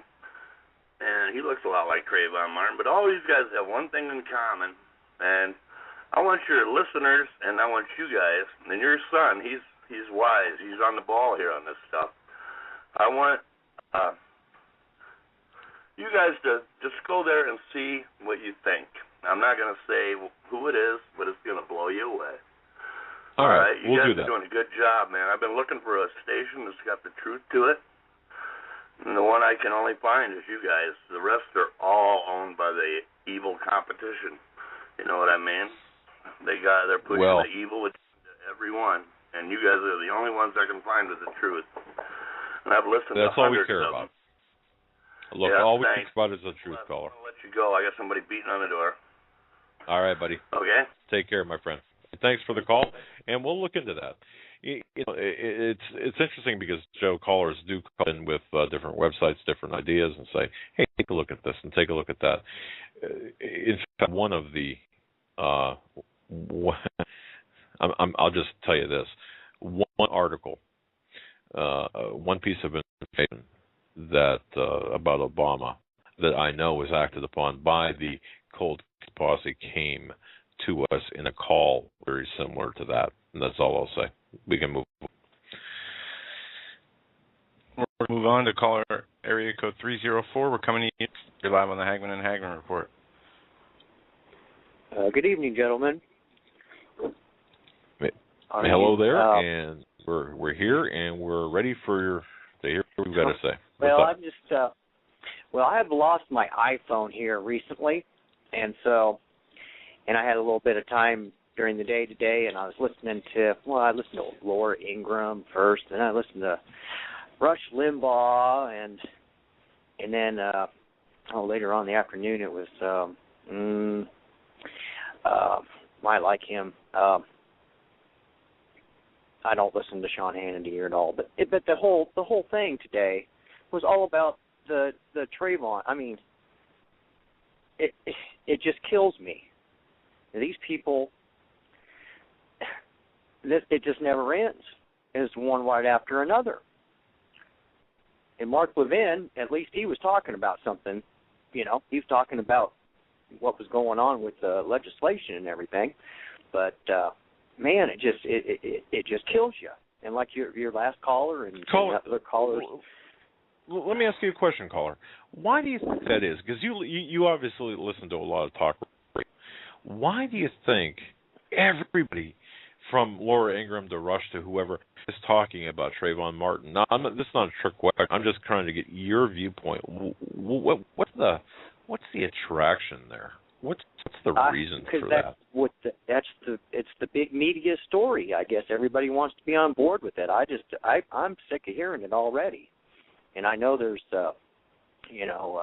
riots and things going on in different parts of the country, and and it's a horrible situation, and it's horrible what Holder has done, and it's horrible what Obama has done, and they just feed it. They're just feeding the fire, just like Joe said. I mean, earlier, it just it makes you wonder, and then like what you said, what's going on in Egypt and what's going on in the Middle East, and what's going on with should be the big story, Christians being killed all over the earth, and you don't hear anything of it. Exactly. There's so much more going on, both domestically as well as internationally. Joe, no, very right, and I'm glad that you can see through the mess that is this big distraction, and we got to keep our eyes on the ball and keep looking for what is really going on that's important that they're trying to hide or disengage from any attempt to make us or try to inject us emotionally into any situation they put in front of us. Yeah, I know. But it's just so many people play into it. It amazes me. It really does. I sure appreciate you guys. And anyway, you guys have a wonderful night, and God bless you. And friend, thank you so much. Thank you for the call, and God bless you. Thanks for listening. And by the way, keep your hands on that iPhone, will you? Yeah. All right. Yeah. Thanks for the call. I miss it. Yeah. Thank you, guys. All right. I just want to go over one thing here about the what they're doing with the Zimmerman trial is trying to get people to provoke them to riot. And in the Bible, it clearly states on numerous occasions, 1 Peter chapter 4, verse 4, wherein they think It's strange that ye not run with them to the same excess of riot, speaking evil of you. In Titus 1, verse 6, it says, If any be blameless, the husband of one wife, having faithful children, not accused of riot or unruly. And in 2 Peter chapter 2, verse 13, it says, And shall receive the reward of unrighteousness, as they that count pleasure to riot in the daytime. Spots are they, and blemishes, sporting themselves with their own deceivings while they feast with you. And there are many other examples in the New Testament and Old Testament about causing strife, being part of entangled conflicts that are oppressing your brothers, hurting your fellow brothers and sisters. And when I say that, I mean you're human beings that live around you on the same earth. Well, one of the as you point to the Bible, that's a great source as well. I look at the communist goals that were published in '63 and introduced back in the late '50s. One of the communist goals, number 19, if we were to number them, would be to use riots to foment public protests, attack organizations, attack values, essentially to divide and conquer. And also part of that is to gain control key positions in radio and television and even places in Hollywood in order to shape, form public opinion, to sow discontent, discord, racial and socioeconomic strife, and what's happening today.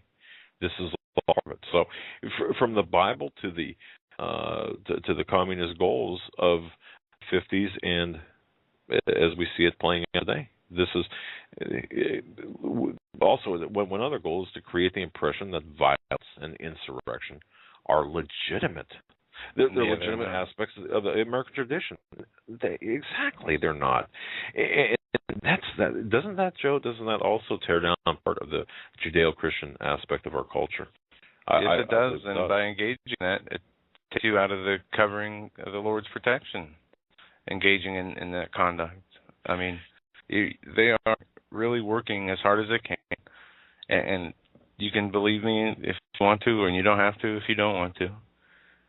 But think of it as an anti-Christian agenda. Think of it as them trying to make you fall away by engaging in conflicts that have no bearing on anything of your future on this world or the next. Ladies and gentlemen, if you want to in tonight, open lines for the rest of the program, 661-244-9839. That's 661-244-9839. And we're one of the only shows that allows you, the caller, to talk. We don't talk over you. We don't cut you off. No. Let's just say what you've got to say. We have a few minutes before the break. We're going to take the next call. Area code 304. We're coming to you next. You're live on the Hagmann Report.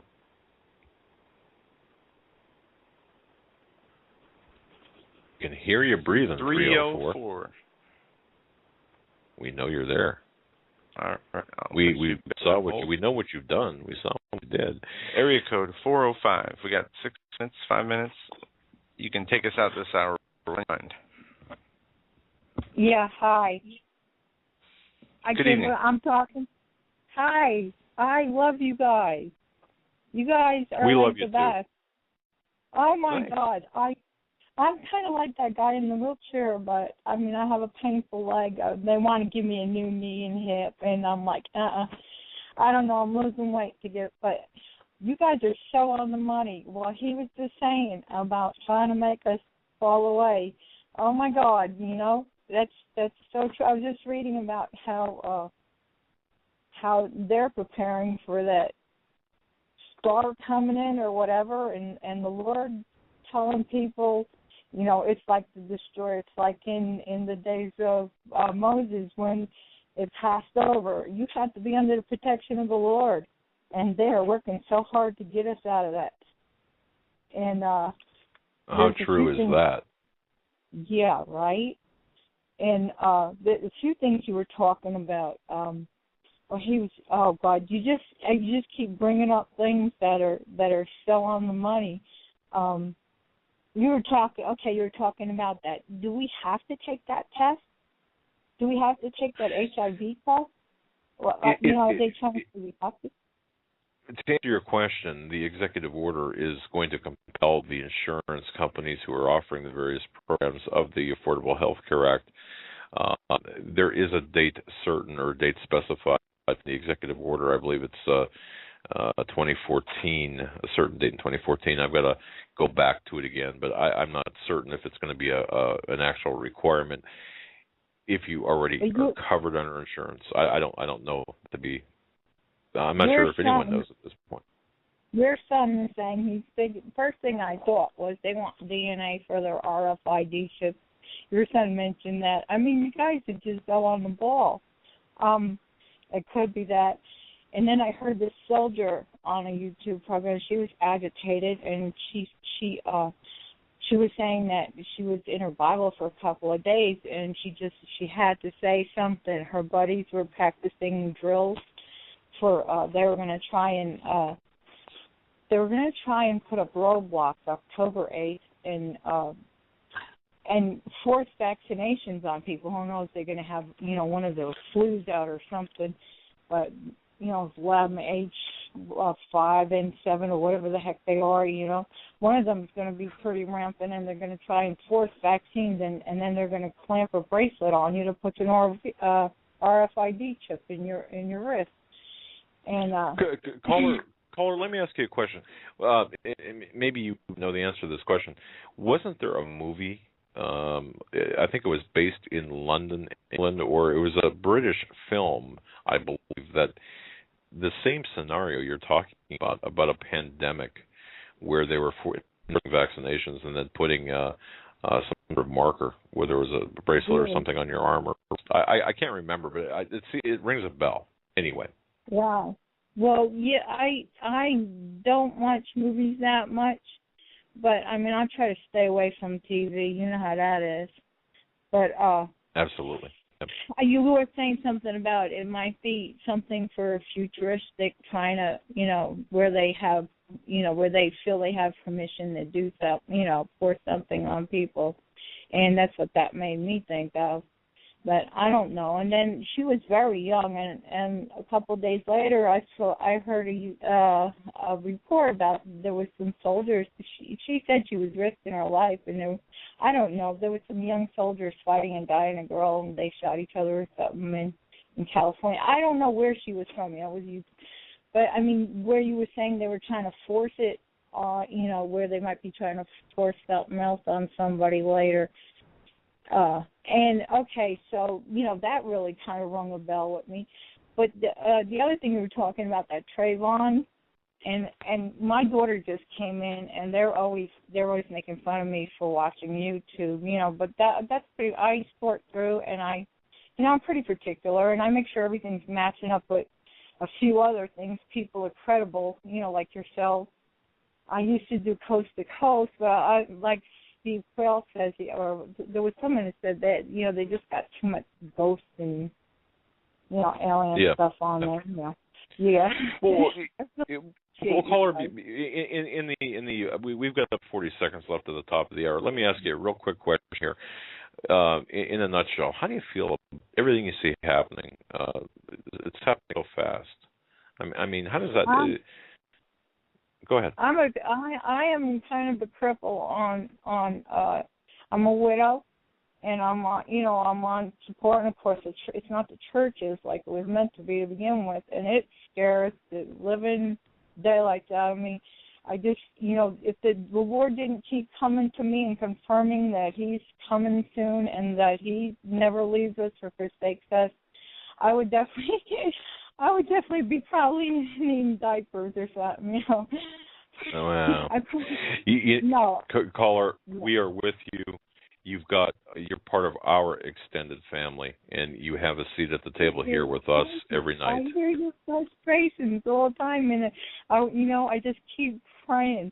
And Steve Quayle, I think you had Steve Quayle and Pastor Rick on. Oh my God, I wish you'd keep doing that on a Sabbath night. I stay by myself. I'm nervous about church. I don't know any good churches, to tell you the truth, but I was in the Catholic Church for a long time till that both came along and my eyes opened at what's going on. But I just, she had communion on air, and yes. My God, it was the joy of my life in all this. I thought you didn't know how much I really appreciate you, and I'm always listening. So I want to thank you. I know the Lord will take care of us, but it's scary. I have a daughter, a 7-year-old daughter. I hear how the Jews tell their wives to stay home. They should have a gun with a bullet for the daughter and her. And I don't agree with suicide, but there's one thing that we want you to know. Okay, there's one thing we want you to. Two things. Number one, you're not alone, regardless if you are physically alone. Not alone. And second of all, it's going to be okay. Everything is going to be okay because we're going to make sure. I mean, we are with you to the extent that we can. We're going to help you. We're a part of your life to the extent we can, and it's because of you that we do these shows, and we're so glad. And he's prayed that there would be someone that would, bring us the safety if things came on. Steve's always talking about, the worst scenario. So I just did he prays like he does because he brings the Lord to me. And bless your heart. I'm listening. Just don't forget, I'm there praying for you too, all the time. Well, thank you so much. Well, God bless you. We're at the end at the go to break. Thank you so much for your call. It was a pleasure to hear back from you soon. Folks, you're listening to the Hagmann and Hagmann Report. We're going to our top of the hour break. We'll be right back with phone calls and more. As I see the phone call queue is lined up with callers. We'll get as many as possible. Stay with us on this Tuesday, July 16th. And we'll come back, ladies and gentlemen, to our third and final hour of this Tuesday's July 16th edition of the Hagmann and Hagmann Report. We're going to get right back to your calls as we have a full bank of callers, plenty of people to go to. We're going to go back here to area code 512. We're coming to you first. You're live on the Hagmann and Hagmann Report. Hello? Yes, it's you. You're live on the Hagmann and Hagmann Report. What's on your mind tonight? Well, this is the first time I've ever called in. I've been listening for a long time, and I just wanted to say thank you, first of all, because I was very engrossed in a situation, family situation with the death and the aftermath, and kind of woke up. I don't know really how I found you all, but when I did, I'm a regular listener, and wow, did you open my eyes to some things that were going on around me that I had not seen. Just had not seen. And as a result, and it turns out that there's lots of people that haven't seen it. So you have enabled me to help a lot of people wake up about what's really going on around us and how what is presented as the news is nothing more than fantasy. And it's been really, really helpful. But one of the reasons that I chose to call this evening was I heard your caller that said she was alone. She's really not alone. As long as she has faith, she's really not alone. And I appreciate so much that when you give the news, that you keep it, there's so many fearmongers out there that just the story gets so much bigger and extrapolated out, but they never come back to the biblical perspective that these things are going to happen because these things have to come to pass, that we were told about it, we were warned about it, we are supposed to be watchful. And Amen. The fact that you stick to the facts, and then when when the news is particularly disheartening, you step in and you remind people, and just like you did with the scripture that you were pointing out about the riots. And I used to live outside Chicago, and back when I was in high school, so this was quite a while ago, we had a town. I'd grown up there. Everybody got along, black, white, we were fine. Then the government put in some housing and moved a different type of person. The town just exploded.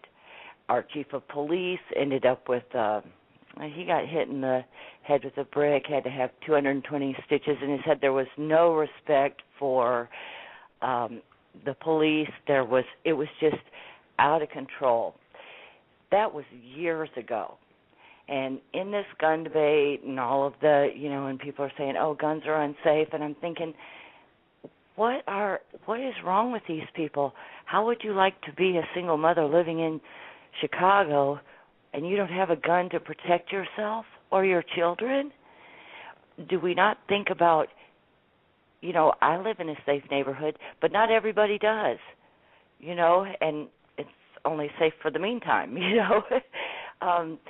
So you present a broader picture for people, and I think that's wonderful, and I'm so appreciative of that, and I'm so appreciative of the way that you present it, and the fact that when the news is hitting us with this Trayvon Zimmerman tragedy all the way around, it's a tragedy, but it affects these two lives and their families, of course. But there's Syria, and it's huge. It's huge, the number of people that have been affected, the number of people that are going to be affected, and nobody's talking about that. That's right. The world will be affected. That's right, and nobody's talking about that. People don't know it. They don't even know about it. I mentioned it to someone, and they looked at me like I was crazy. I said, "You don't know about this? You don't know about this?" They really did not know about it. Well, I didn't hear about that on the news. I said, well, that's because you're not going to. Have you not woken up to this yet? And it's truly, truly amazing. So I appreciate what you do. Keep doing it, because this race baiting, this trying to start something where there's lots of cases that actually would qualify. This one is not one. I understand your feeling. Yeah. And you're 100% on the money. Yeah. You're 100% on the money, Colin. I used to be very, very. If it was wrong, I'd get out and I'd protest. I'd sign petitions. I'd organize them. I'd have speakers and in my home and invite people to come and listen. And because of the situation that I had, I wasn't able to be real active and involved. And boy, there's no way I would participate in any of that at this point, because things are so off. It could turn ugly in a heartbeat, and then you'll be right in the middle of something that you never wanted to be a part of and never meant to be a part of. So I think it was really wonderful that you cautioned people about that, about, even if you feel strongly about this, be careful about your actions, because I really am afraid there's going to be many, many people caught up in things they never intended to be as a result of this. And so I just wanted to call in and tell you thank you so much. I've seen it personally from my days at school when, nobody. Actually, it was like a bunch of victims running around that had no idea what was going on, and it really very much reminds me of situation we're in today. So thank you for the warning. Thank you for getting the word out about that, because we don't need that. Nobody needs that. Amen. And thank you for your call. We got to move on to other callers. And God bless you. God bless you. Wow. Great call. Yeah, thank you so much. I hope to hear from you again. Thank you for the articles, too. They are absolutely wonderful, very thought-provoking. Thank you, and have a good night. You too. Good night. God bless. Joe, we got the best audience in the world. We really do. Yeah, yes we do. We're going to keep moving on the call list here. Area code 860. We're coming to you next. You're live on the Hagmann and Hagmann River. There you go. Good evening, gentlemen. What's on your mind tonight? Well, I just want to congratulate you on you doing a heck of a job, and you just keep it up. Well, you know what?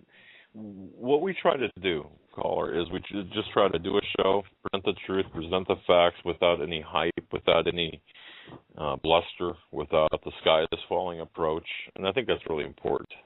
I really do. And I thank you for your vote of confidence in your words by saying, keep it up, because that's what we're going to do. We're going to try to walk everyone through what's coming down the pike here. What we see is coming down the pike.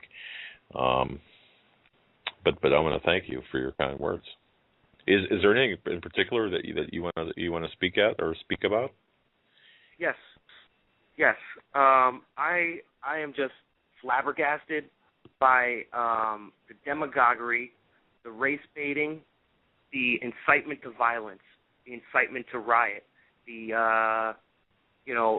fomenting insurrection, and what's coming out of the White House, this little weak little conciliatory words, it nothing near the passion that was devoted to gun control, nowhere near the passion devoted to condemning the police officer who arrested Mr. Gates in Cambridge. There's none of that. No, we understand. What has surprised you more, the alternative media's feed into this frenzy, or the mainstream media's continuation feeding the alternative media? What's your take on that? You think does the mainstream really dictate what the alternative media talks about, or does the alternative media seem to have the same agenda as the mainstream media? I think more and more the alternative media is pushing, or not quite driving, but pushing the mainstream media. They have to react more and more and basically pick up the stories that are covered in the alternative media. Okay. No, I appreciate your answer there, and I just don't understand. You expect it from the mainstream media, but not the alternative media to this level of attention it's been getting. And that's just my opinion of it, but it's something that's definitely off here. No, it's very sad. I've seen people that I respect just falling for it and jumping into the racial narrative of us versus them, which is, said it's and caller, does it surprise you? Does it surprise you that this race baiting, that this us versus them, that there's this element within the Department of Justice that's actually paying for this, that's actually superintending this program, that's actually promoting this? I mean, does this surprise you at all? It surprises me that they got caught, to be honest. Okay. But I'm a believer. I'm of the Jewish faith, Judaism. I'm a believer, and the wicked cannot succeed forever.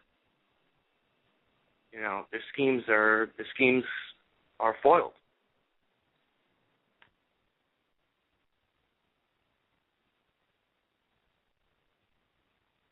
Oh, I'm sorry. We know how I'm muted. See, that's why I can't. Dead air. I can't tell loud near the buttons. But we know how the story's going to end. So But we know that there's a lot of bumps in the road between now and the end of the story, the end of this great book of life. And that's the part that we have to get through, and that's the part that people have a hard time dealing with. Whether it's the persecution of the Jews, the Christians, regardless of what it is, we've got to really have a plan and be mentally, physically, and spiritually prepared for what's coming, right? I mean, isn't that what this is all about? How spiritually prepared can one be? It's, I guess you have to be in a state of grace to really be able to face these things without worrying. But we're trying. Yeah, exactly. We should note, or I should note, that we're not going to be able to change how the story ends, which is why we don't know either with precision what's going to happen between now and the end of the stories, which is why we do the show. But it's better to stand up now than to be run over when we're lying down later. But rather than fill the airways with trite sayings, I think caller, I think we're all on the same track here mentally, and we're certainly all in the same boat. That's one thing for sure. So, but I want to thank you very much for your call and for your input. My goodness, we have to be prepared for what's coming. Sure, go ahead.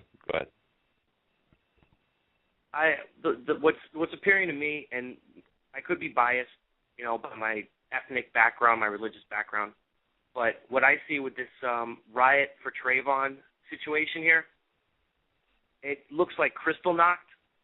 All right, that's what I see. I see crystal knocked. We've already got our Homeland Security brown shirts. We've already got our Hitler in the White House. Now they're doing the crystal knock program with this fantasy that the Jews don't know what they're seeing or what to do about it, or like we haven't prepared in the last 60 years. Okay? This is a ridiculous thing for this man to do, or whoever's doing it. Okay? There's 6 million of us in this country right now, and there's about 180,000 Israelis, which means there's a minimum of 100,000 trained Israel Defense Forces veterans on the ground in this country right now. Do you really want to play this Hitler game? It's not going to turn out how you think. Interesting.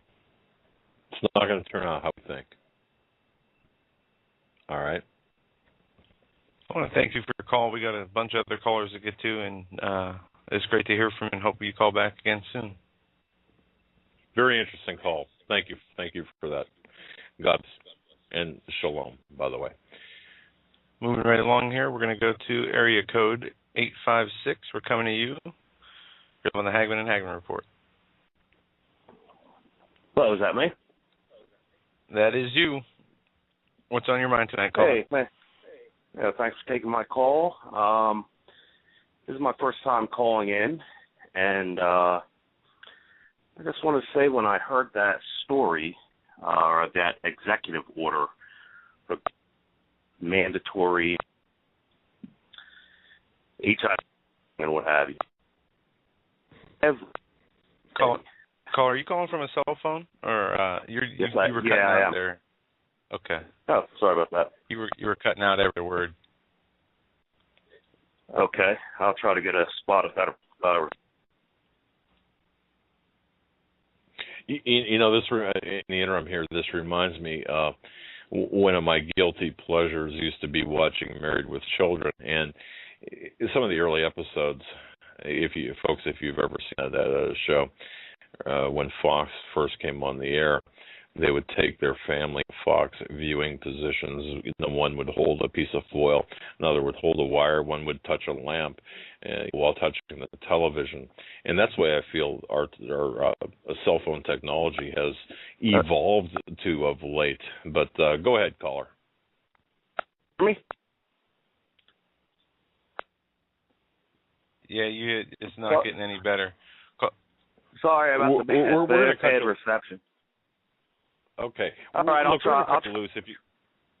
Yeah, if you can try and call back from when you get a better signal or a more secure line, we'd appreciate it. We'll take your call if I see you back up on the board. And we're going to go on here to area code 214. We're coming to you next. You're live on the Hagmann and Hagmann Report.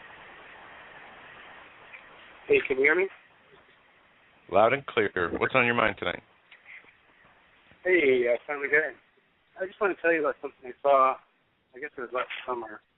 I saw an accident, car accident, and that's not the end of the story. Well, there was 3 lanes going east and 3 lanes going west, and 2 lanes going north and south. And the green arrow was on, so someone was turning left. And then there was a collision. And then the thing is, nobody moved. Like, there were so many people around, but everybody was frozen.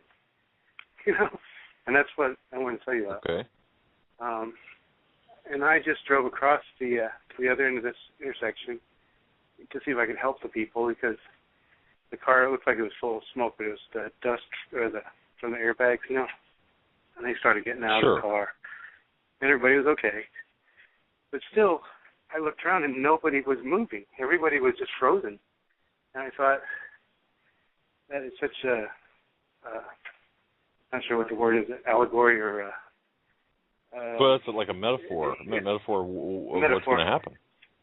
Yeah. Exactly, yeah. Yeah, I mean, think about that, caller. You're in the money with it. Everyone is stopped and stunned, almost animation.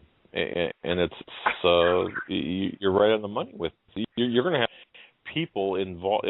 I don't want to take your airwaves, but that's a good metaphor. Yeah. So, and ever since I saw that, I wanted to call you guys and tell you about it, because, like I said, that's exactly what's gonna. I don't know if you can hear that. I'm getting a bunch of text messages on my phone. Anyway. But yeah, that's exactly what's going to happen when things are starting to go bad and everybody's going, what the heck, and they don't know what to do. So you guys are helping everybody, the people that are here to prepare for what's happening. So that's about all I got. Well, anyway, we want to thank you very much for the call, and you go ahead and send your text messages. God bless, and thanks for that metaphor.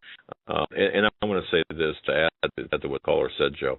John's down in Florida, and think about this, ladies and gentlemen. We're at a busy intersection in Miami, and the traffic was being, according to me, he had a very funny, odd feeling about the traffic flow and about the traffic patterns.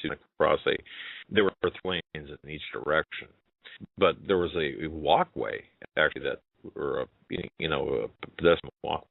So think about this: 3 lanes in each direction. I think it was Ocean Boulevard, or one large section of Ocean Boulevard in Miami. And he said that's the funniest feeling about the way traffic was moving. And although we had a walk signal, and there was 5 of us, he put out his arms, stopped everyone from walking on the walk signal, and within 15 seconds there was this car accident that took place right in pedestrian walkway that would have taken them had they walked. And his friends looked at him and said, how did you possibly know that was going to happen? And he said, I don't know. I just felt by looking at the traffic pattern down the road a piece that something wasn't right.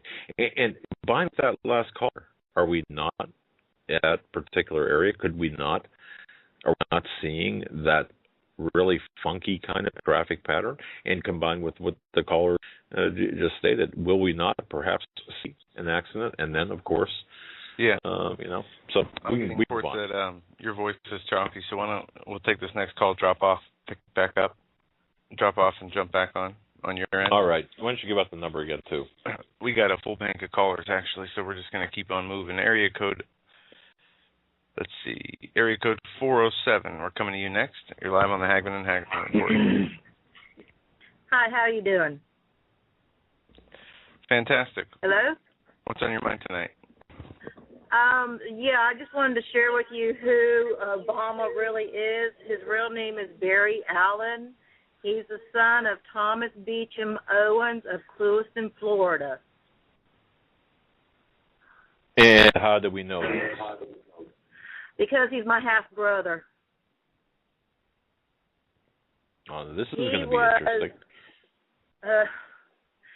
Okay, it was in 1980, Pablo Escobar and the Mafia, they set up the drug cartel down there, and they got into the cocaine. I'm getting a little bit nervous here, as you can tell. Bottom line, I forged his birth certificate in 1985. Caller, would you send me an email? Would you do that? Okay. What I'd like to do is off air. I'd like to collect the information, and because I'm sure you got some documentation or something that you could provide, correct?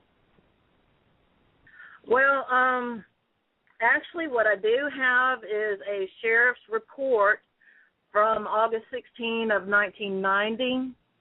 I've submitted it to the FBI, and they have not responded. How long ago did you do that? Oh, about 5 months ago. Okay. Do you still have a copy in your possession? Yeah, I have the copy, and I have the original. Okay. Caller, would you mind? Now, we've got your phone number. Would you mind if perhaps we chatted off air? And the reason I say this is because... Actually, I'd rather do it on air, because I've tried chatting off air and it's just not getting me anywhere. Well, believe me, if what you're telling me is authenticated, we can certainly get this in the hands of the cold case. Have you talked to Mike Zullo, Sheriff Joe Arpaio, any of the others? Okay. Mike Zullo, I have passed on information through emails. They are not responding. I mean, has it ever occurred to you that maybe they don't want to see this thing move forward? I mean, I'm not trying to be, I'm just saying it hasn't moved forward. Is it possible that they don't want it to move forward? Well, anything's possible, and yes. But I guarantee you, if you show me an authenticated document, and for example, something to authenticate or something to verify what you're saying, because you're asserting, and so for callers just joining us, you're asserting that Barack Hussein Obama is known as, what did you call him, Barry Allen, and I don't know if he used the last name Owens, but he is the son of Thomas Beecham Owens, Sr., formerly of Clewiston, Florida. Okay. All right.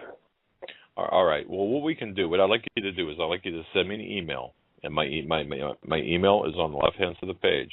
I guarantee you, we can authenticate this.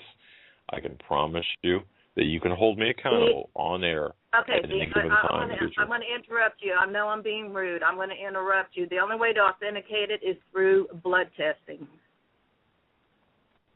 Well, there are other ways as well, but blood testing would be the most verifiable way of proving the DNA.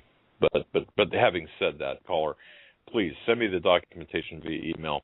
I guarantee you we will act on this. And if we don't, you can hold us accountable on air at any given time in the future. But I'll look for that email as soon as you send it.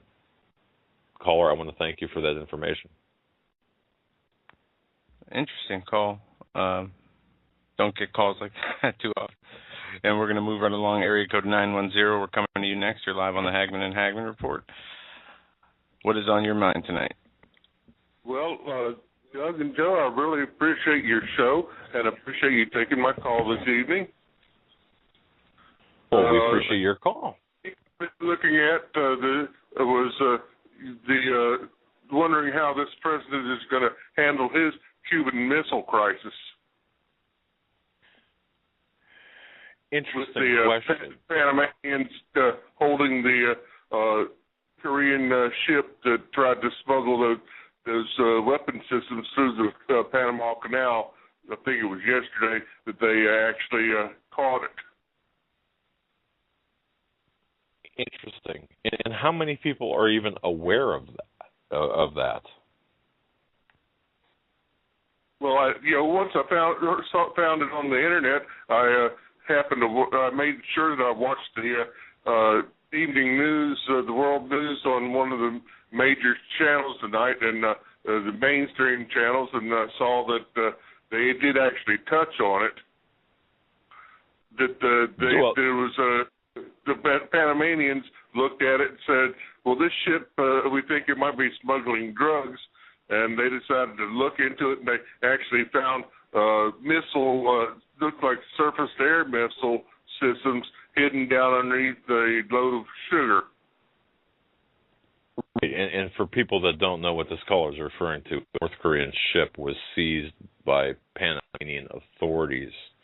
Now they found missile parts discovered on board. Initially, the vessel was stopped, by the way, at the entrance to the Panama Canal because, as I think you indicated, that they thought the ship was carrying drugs, but when they looked at it closer, it was an attempt, or it's being seen as an attempt by North Korea to break UN resolutions on arms trafficking. Gee whiz, why not? But the fact of the matter is, the missile parts were contained in this ship, not necessarily active, ready-to-go missiles, but missile parts, which would be in direct non-compliance with the agreement that we have with other countries on weapons to ship.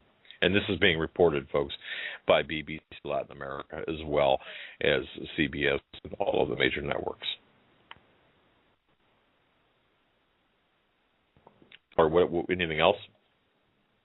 Well, the other night I listened to when y'all had Brother Samuel on there, Marcus Samuel, and there was something that he said regarding a program back in February with Steve Quayle and Greg Evans, and I think it was on the 24th that y'all had Greg on, and I went back and listened to it, and I found that very interesting, and I really appreciate the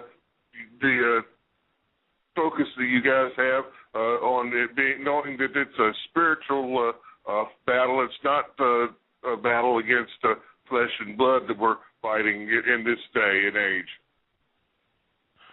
Right on, man. I'll tell you, I don't think, as Steve Quayle says, there are no political solutions to spiritual problems. I think we're seeing that more and more today. I really do.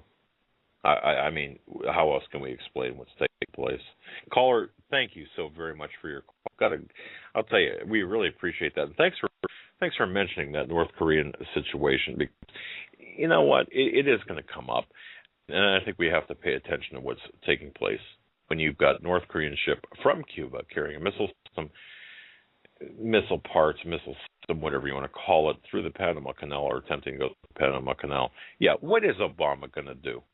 What is this administration going to do? I think that's an important part of part of this.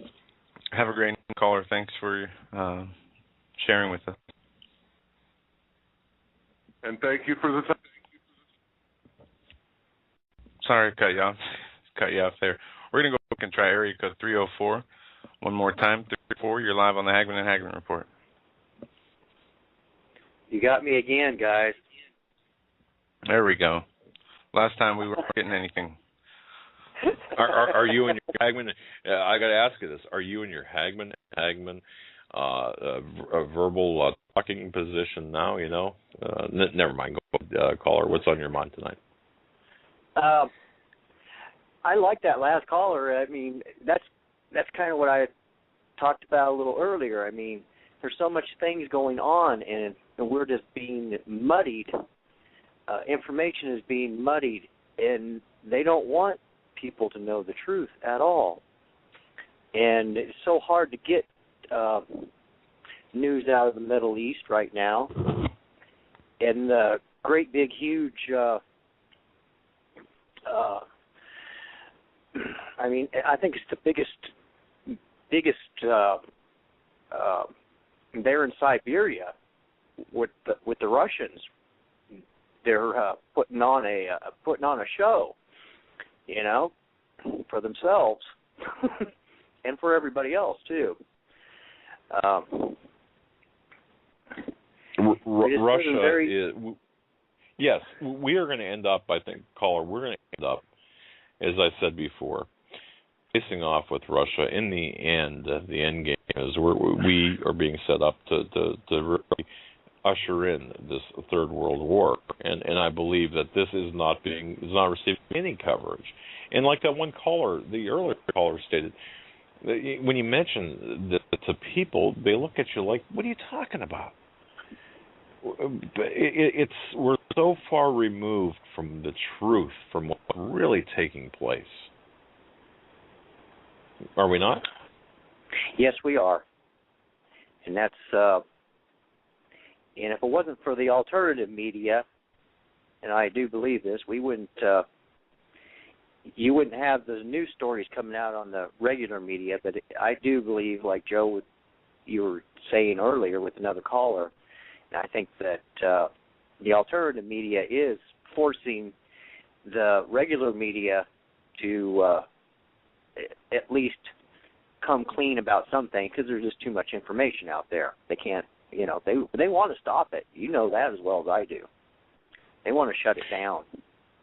That's what they do. They do.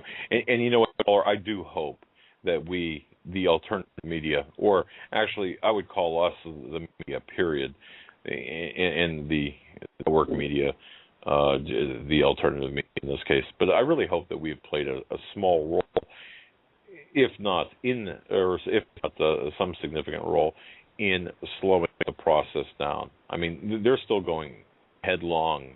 When I say they, I'm talking about the power brokers, into a third world war. But hopefully we've slowed them down sufficiently. We've thrown a monkey wrench into their plans, a fly into their ointment, and that in turn has given other people a chance to maybe rethink their life positions. Well, I like the one Jewish brother. Yeah, I liked what he had to say there at the very end. It's not going to be the way they think it's going to be. I'm sorry, they just don't have that much control over everybody.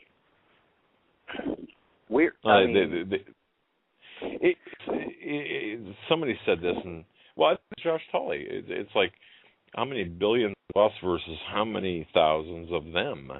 Them meaning the people that actually have the power. And I think we have them outnumbered. Now it's just a matter of getting us together and getting us going. And this is what's so important. There's a few passages in the book of Daniel and Revelation, but Daniel's the one I look at, and there's going to be opposition to the Antichrist all the way through. There is going to be a group of people that are going to give him fits all the way through to the end. Now, I don't know where that comes from. I don't know how it's going to play out. I don't know how it's going to be. I just know that it's biblical and it's going to happen. They are not going to have total control over everybody on the whole planet. Not going to happen. Anyway, and caller, I hope, and I pray that we, the Hagmann Report, plays a big part in that, giving them fits, because that's what we want to do. We want to be the fly in their ointment.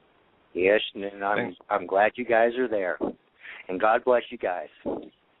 God bless you too. Thanks for the call. You have a great night. And the governments of the world hopefully won't have a established order that takes over every human being, but we know something will. The Bible states it very clearly. And is that time now? That's what you need to be asking the Lord in your prayers, because we really don't know. And to sit here and to look at the signs that were given about what the time would be when these things would come, and to look at the world today, it gets pretty dicey and pretty interesting. And folks, one other caller too before we move on here. One other caller had mentioned about the articles, and before the articles, I want to thank that caller for recognizing the research that we do. We're not a news aggregation site or an news aggregator. In other words, we create the articles based on our research, investigation, and information from inside sources and what have you.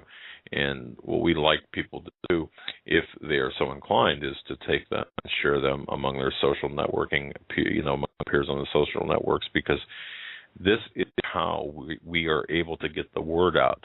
When we see, for example, if an article written on Canada Free Press or HomelandSecurityUS.com and now Hagmann and Hagmann.com, look, this is how we are getting the word out to people that otherwise would not get it, is the social networking sites. So spread the word. We really appreciate that. It's not for the notoriety, because most of the notoriety is unpleasant. It is to get the word out. And I just want to reaffirm that. Joe? All right, by surprise. Mute button there. Yeah. I took you by surprise. I saw that. Area code 305. We're coming to you. You're live on the Hagmann and Hagmann Report. Hello. I'm responding and following up on a call that you had about Russian Orthodox Church getting very powerful in Russia. Are you aware that Vladimir Putin signed into law in January that every school in Russia will have mandatory Christian education in September? And you know why that is, caller? Why is that, caller? I mean, seriously, why is Russia taking that role as opposed to the United States? Well, I don't know. But in addition, this has been going on in Russian schools for some time now, but it hasn't been mandated in every school. But this was mandated by a law in January that when students go back to school in September, they will have to take Christian education courses. They can opt out, but I understand that in the past, very few people have opted out. The other thing I want to mention is that the Orthodox Church has become so powerful that before a law is presented for passage by their Duma, which is their Congress, it is reviewed by the Orthodox clergy to make sure there is nothing offensive to God in it, which is quite something, I feel. Now, yes. are you Russian Orthodox, or how do you know this information? Yes, my son is a Russian Orthodox priest. The other thing is that the Russian Orthodox Church has declared that homosexuality is evil and is a perversion, and therefore they have legislated against homosexual activity.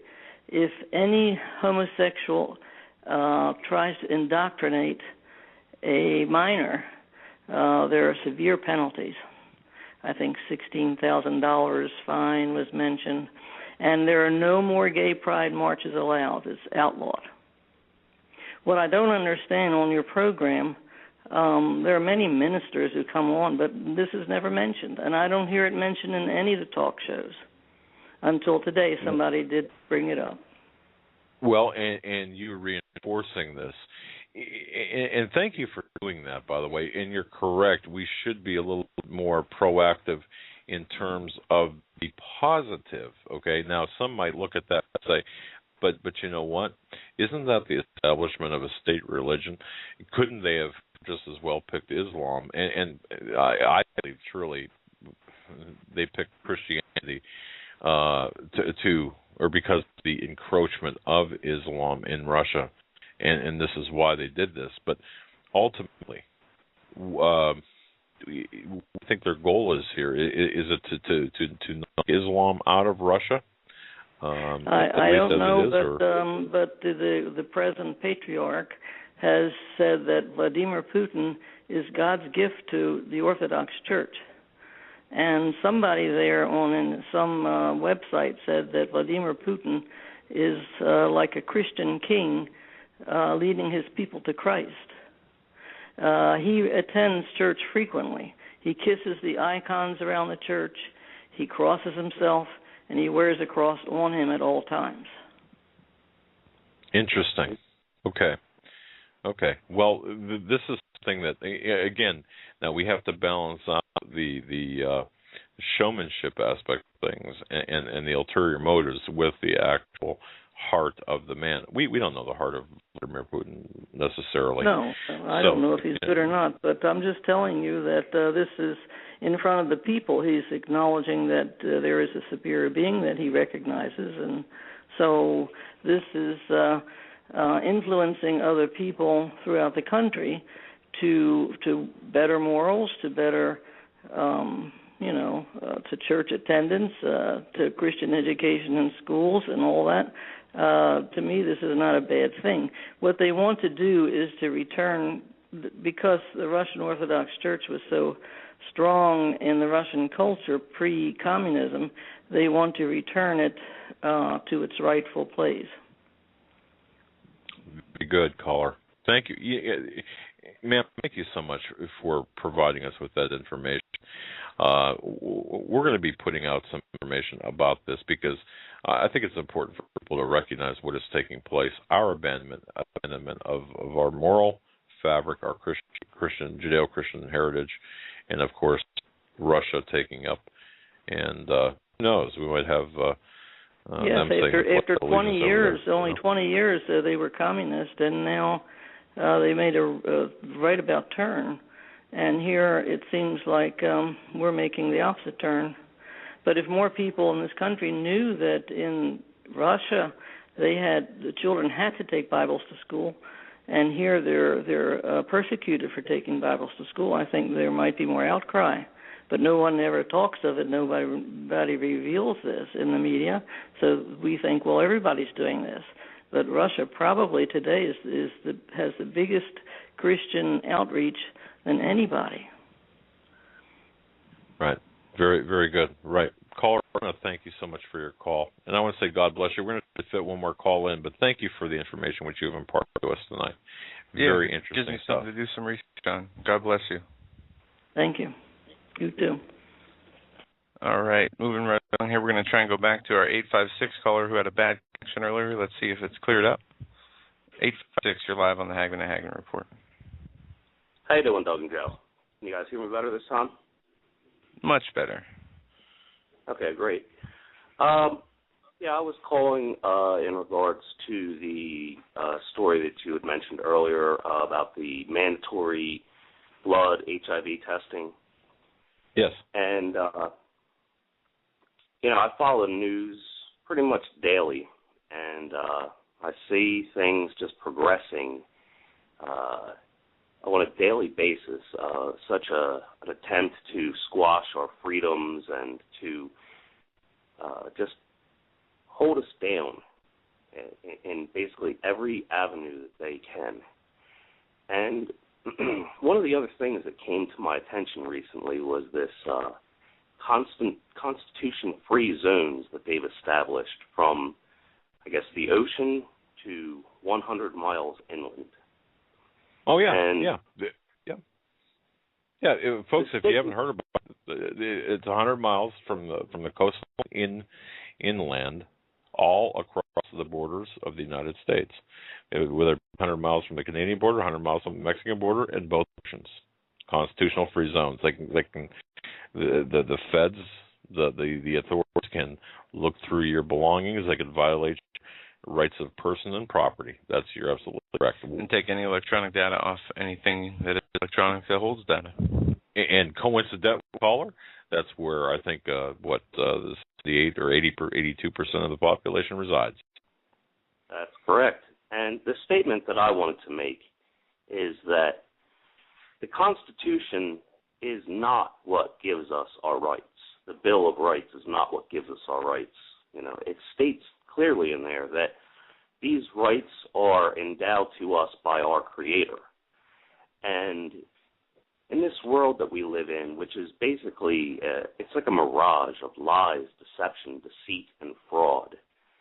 And the powers that be, or our government, whatever you want to call them, they want to convince you to relinquish your rights. But because these rights are God-given, they can't take them from you.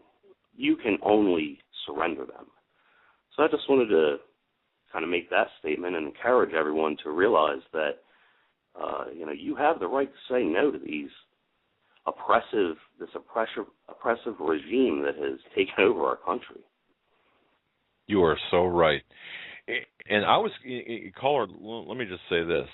I wrote an article one time, I don't know, this was a year or two ago, maybe it was longer than that, and I had made the mistake of writing in there the rights bestowed upon us by our Constitution or Bill of Rights.